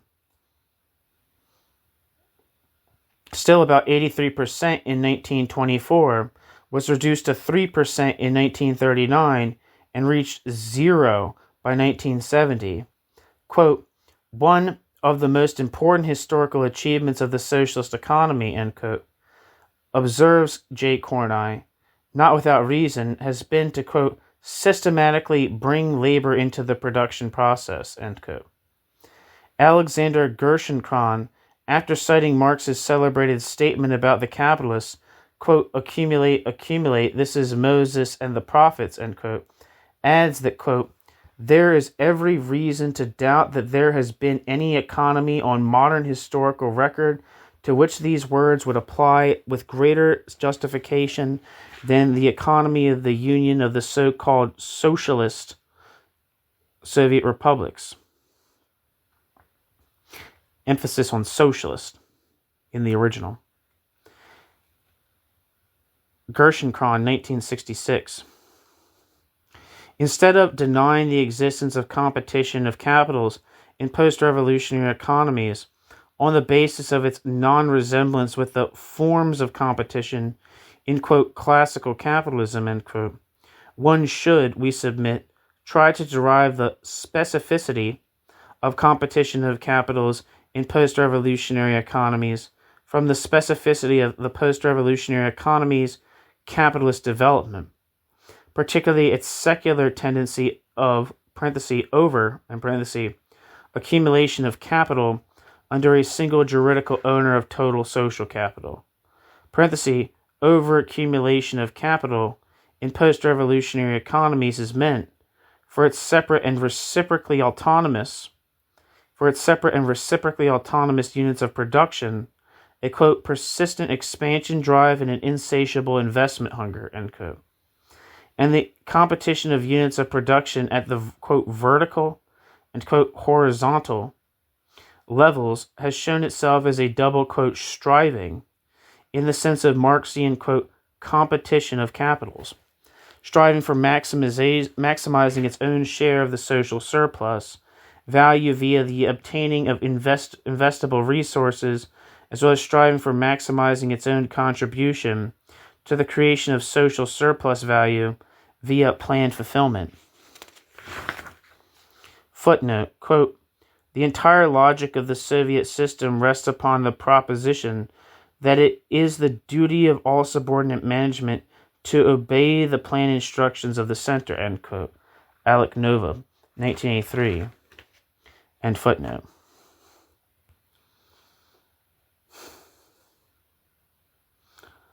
The single juridical ownership of total social capital has meant that production and realization of surplus values need not coincide at the level of each and every individual unit of production. The fragment of total social capital, in order that it continues operating, depending on the, quote, social priorities established by the single owner. The leveling of profitability of enterprises has mainly been effected through the mechanism of differential pricing as between means of production and means of consumption, involving the, quote, turnover tax, end quote, which is only, as the Soviet economists themselves call it, quote, a changed form of the part of the surplus product's value, end quote. E. Izhov, 1982. And that's the end of the piece.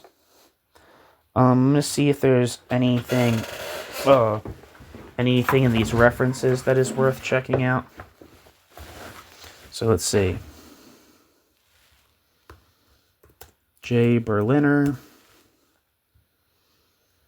What's it called? Berliner factory and manager in the USSR.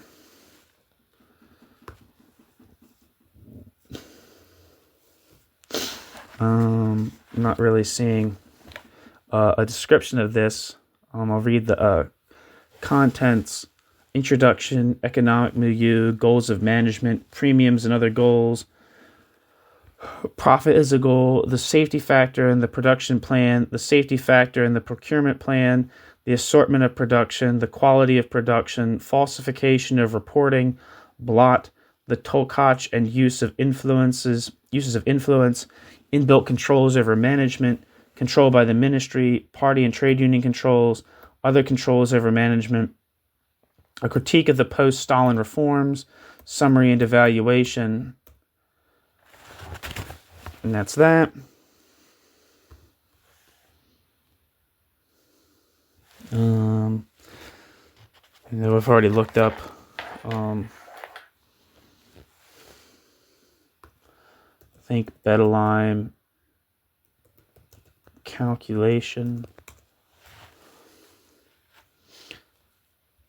Calculation in forms of property by Bettelheim. I'm not really seeing any description of it.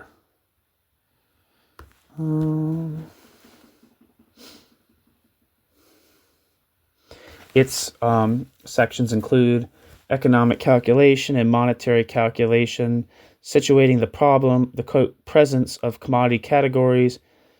Part 2 of the book's titled State Property, Enterprise, and Planning.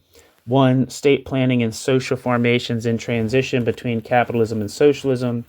2. Unit of production and quote, enterprise. 3. Planning and the predominance of state property. 4. The structures of the process of production, money, and the plan.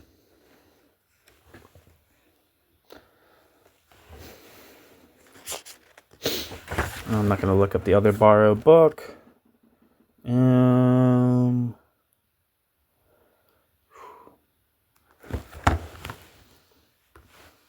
Dictatorship over needs. I think this is on Adrestia's revolt, or I think that's how you say it. Adriesta's, I can't remember.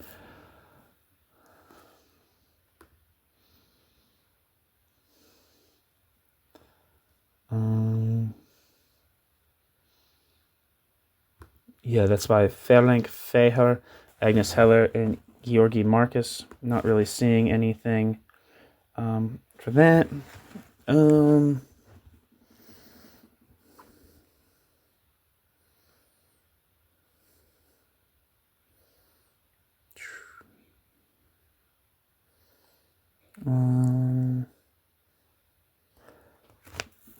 Yeah, I just read today this Hilferding's piece, State Capitalism or Totalitarian Economy.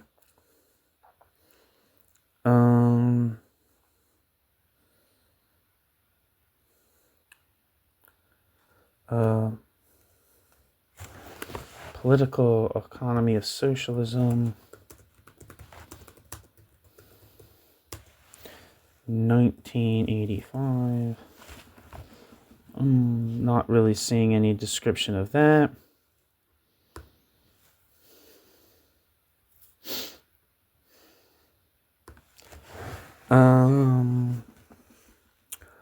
Sorry, I know this is probably annoying.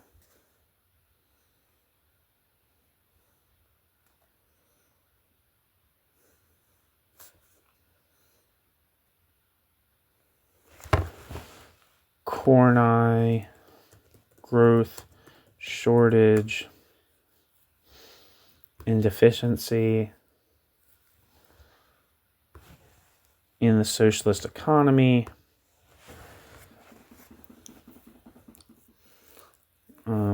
Some articles here. Gershon Kron, 1966, Industrial Enterprise in Russia. Kargadev, on the Organizational Structure of Industrial Management, 1984. Z. Kodet, Monopoly and Competition in a Socialist Economy, and Czechoslovak Economic Papers. Koreny, Economics of Shortage.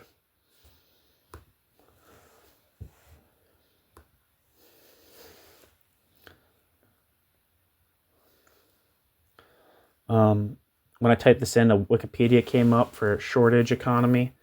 Shortage economy is a term coined by Hungarian economist János Kornai, who used this term to criticize the old centrally planned economies of the communist states of the Eastern Bloc. In his monograph Economics of Shortage, published in 1980, Kornai argued that the chronic shortages seen throughout Central and Eastern Europe in the late 1970s and which continued during the 1980s were not the consequences of planners' errors, but rather systematic flaws. A shortage of a certain item does not necessarily mean that the item is not being produced. Rather, it means the amount of the good demanded exceeds the amount supplied at a given price. See supply and demand. This may be caused by a government-enforced low price, which encourages consumers to demand a higher amount than is supplied. However, Kornai concentrated on the role of reduced supply and argued that this was the underlying cause of Eastern European shortages during the 1980s. According to Kornai, shortage economies share several common characteristics. Shortage economies all experience frequent, intensive, and chronic shortages. These are general in nature, that is, they occur in all spheres of the economy: consumer goods and services, means of production, and producer goods. The shortages are both horizontal and vertical, which means that they affect both the supply of intermediate goods as well as related complementary goods. Further, the shortages are occasionally misplaced by situations of surplus, quote, slack, when too much of a particular good is supplied, often due to the mistiming of production orders which arrive too late. Kornai distinguishes between several different possible actions and individual outcomes that can occur in a shortage economy. It could happen that the item sought by the consumer is available in the shop, but there may be a limited amount of sought-after good available, which means that consumers have to queue for it. Theoretically, in a market society, such a situation would generally but not always be eliminated by price increases that would discourage buyers. Queuing involves a considerable cost in terms of time spent in the queue for consumers. In the economies which Kornai studied, this could have involved several hours of a day spent in queues just to obtain basic products like food. Some consumer goods had explicit waiting lists for which potential buyers had to sign up months or even years in advance. An example is the wait in the 1980 Soviet Union for the right to purchase an apartment, which could take as long as 10 or 15 years. Another possible situation is the item is simply not available.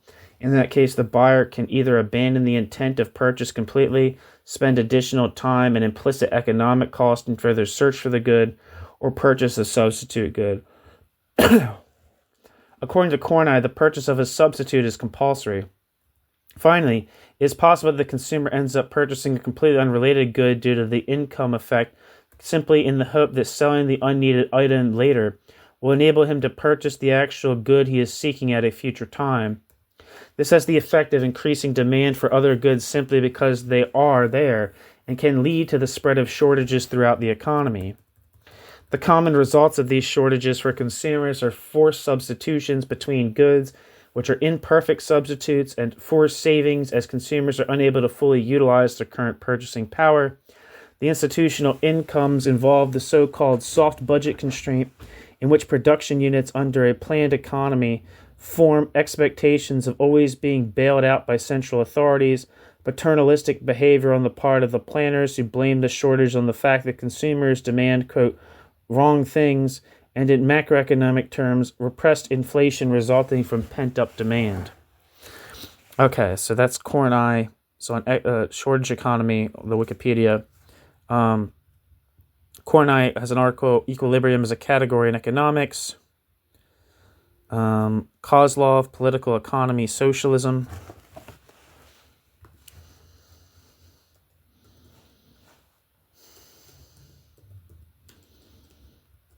That's from 1977.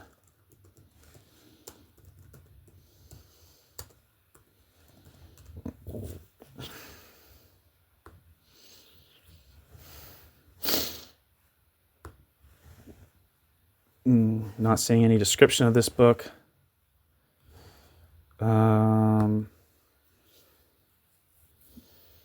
It does appear to be available on the internet.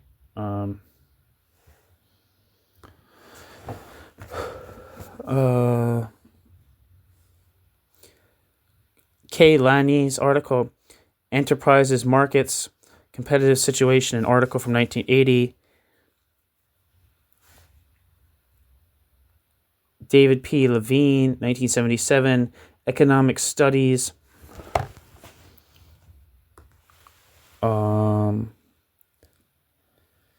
Contributions to the Critique of Economic Theory. Levine.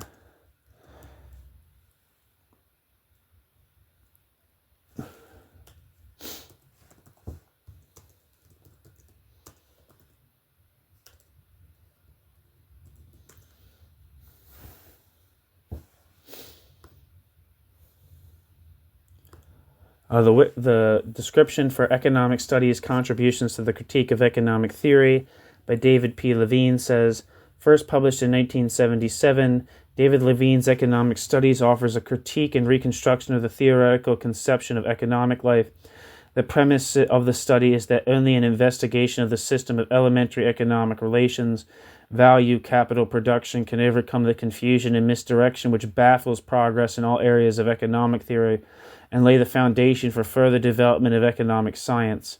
Levine discusses both the origins of economic science and the character of contemporary economic thought.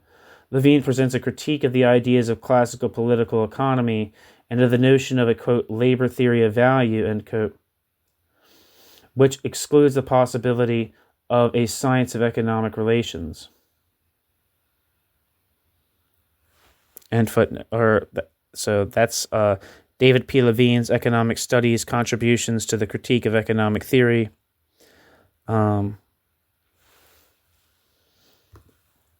Oscar Lange, Papers in Economics and Sociology.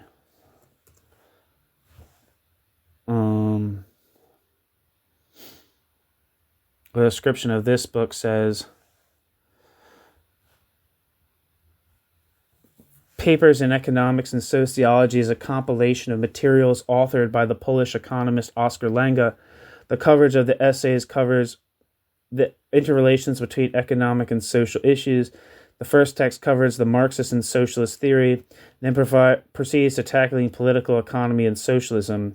Next, the selection deals with economic theory, along with the mathematical models and econometrics, the statistics utilized in economic analysis. The text also covers the economic science in the service of practice. The book will be of great use to political scientists, sociologists, behavioral scientists, and economists.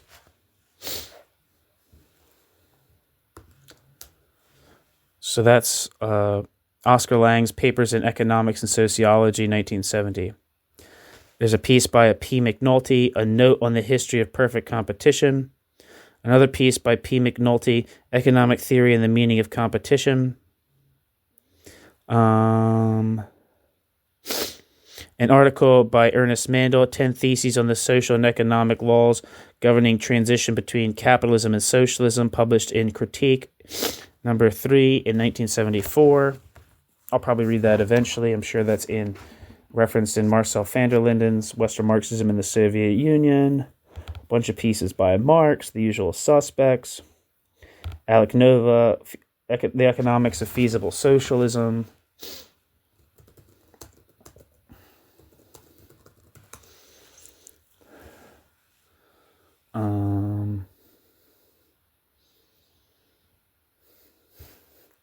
The description of this book says, the first part of the Economics of Feasible Socialism demonstrates why Marxist theories provide no guide to the issues that must face economists under any realistically conceivable socialism. The experience of communist-ruled countries, especially the former Soviet Union, is often negative: economic inefficiency, bureaucracy, despotism. The cause of these defects and possible remedies and reforms are discussed.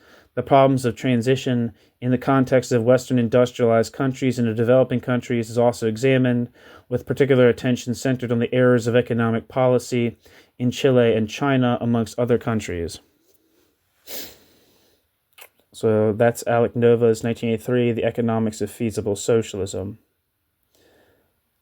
An article, 1979 article by M. Nuti, The Contradictions of Socialist Economies, published in the Socialist Register. M. Nuti, 1981, Socialism on Earth, published in Cambridge Journal of Economics, number 5. An article by G. Popov, 1982, The Development of Branch Industrial Management, published in Current Digest of the Soviet Press, Volume 35, Number 3, 1983, translated from the journal Communist, Number 18. David Ricardo, 1951, Principles of Economy and Taxation.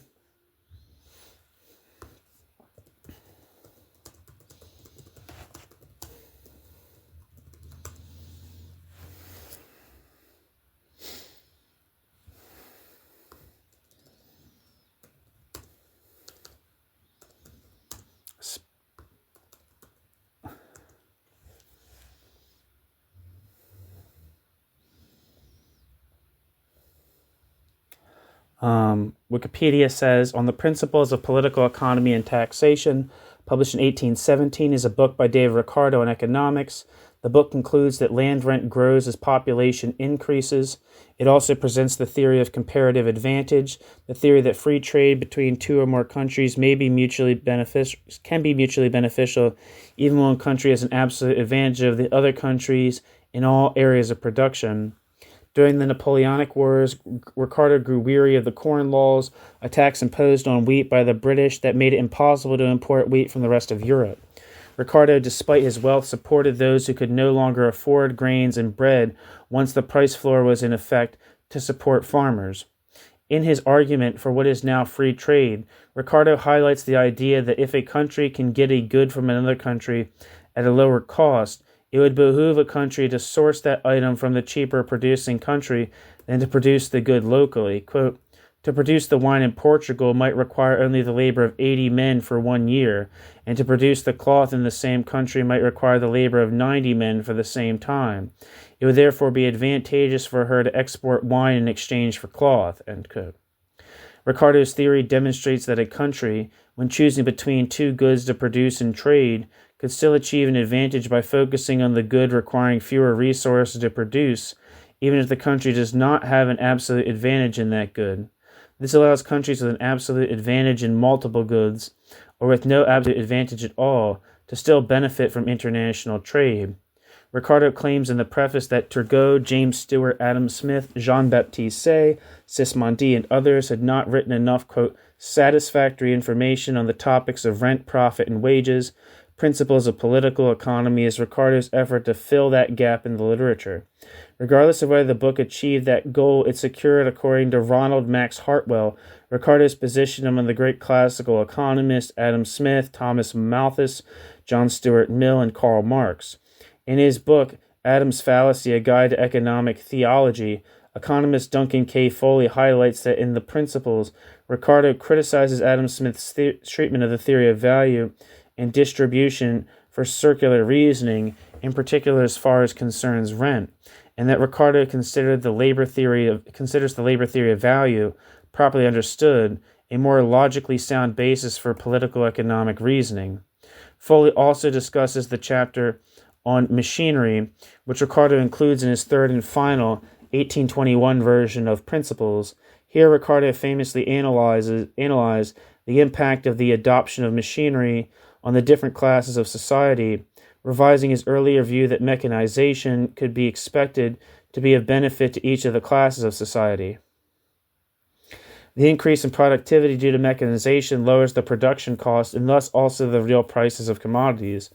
Whereas the landowning class and capitalists benefit from the lower prices, workers, in contrast, do not reap such benefit from the lower prices if capitalists reduce the wage fund in order to finance the expensive machinery, causing technological unemployment among workers. In this case, Ricardo points out, wages are forced down by competition among workers, and the introduction of new machines can lead to an overall decline in the well-being of the working class.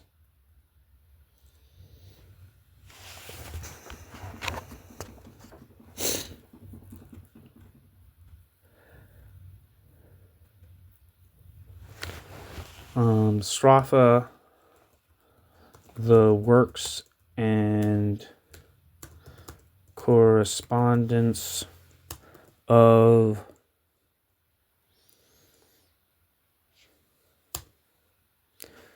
David Ricardo.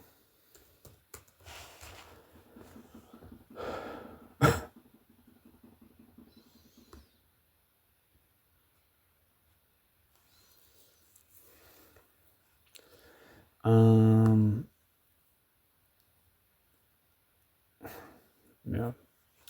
not really seeing a description for that particular book. Excuse me. Schumpeter, A History of Economic Analysis.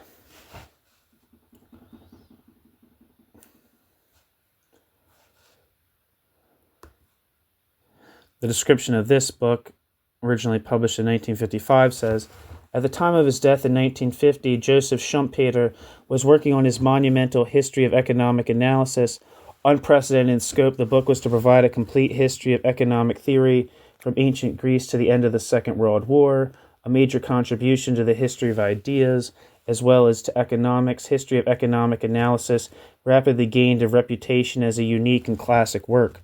As well as being an economist, Schumpeter was a gifted mathematician, historian, philosopher, and psychologist, and this is reflected in the multidisciplinary nature of his great endeavor. Topics addressed include the techniques of economic analysis, contemporaneous developments in other sciences, and the sociology of economics. This inclusiveness extends to the periods and individuals who figure in the book. As well as dealing with all the major economists from Adam Smith to Maynard Keynes, the book considers the economic writings of Plato and Aristotle, of the medieval scholars, and of the major European economists. Throughout, Schumpeter perceived economics as a human science, and this is reflected in a volume which is lucid and insightful throughout. End footnote.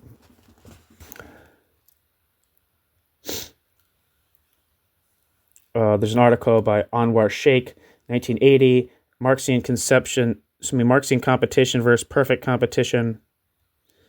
A book in Russian, 2 books in Russian, one from 1967 and one from 1973 by V.P. Shkredov. I don't know if I said this, but I have a little short biography of him biographical essay for him that I wrote, that I got from Historical Materialism website that I'll put on the channel eventually. Adam Smith, The Wealth of Nations, Stalin, Economic Problems of Socialism in the USSR, Ian Steedman, Natural Prices, Differential Profit Rates, and Classical Competitive Process, published in the Manchester School, G. Stigler, article in 1967, Perfect Competition, Historically Contemplated, published in Stigler, Essay in the History of Economics.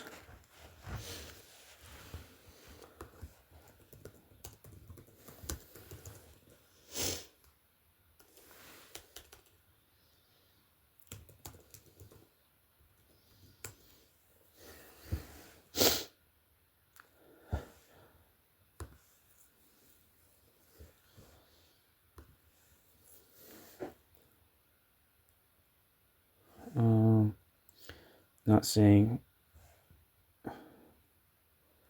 The description of this book, Essays in the History of Economics by George Joseph Stigler, published in 1965, says, historical studies of development in economics and economic theory, influence of events and of economic policies on economic theory, politics of political economists, histories of specific theories, including those of utility, value, and distribution, consumption behavior, competition, Fabian socialist theory, and marginal productivity, histories of economists, notably that of Ricardo. Back to the text. An article by Paul Sweezy, Competition and Monopoly, published with Monthly Review. Hillel Tickton, 1978, The Class Structure of the USSR and the Elite, published in Critique, number 9. A. Vasek, Distribution According to Work and Commodity Production.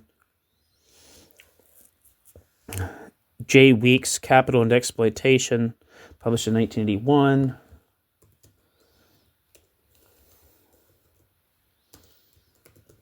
Capital and Exploitation.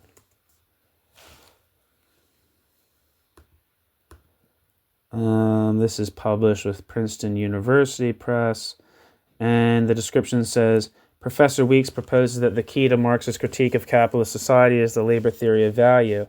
A commodity-producing society, argues, necessarily gives rise to a capitalist society, so that commodity production and the exploitation of labor are inseparably linked.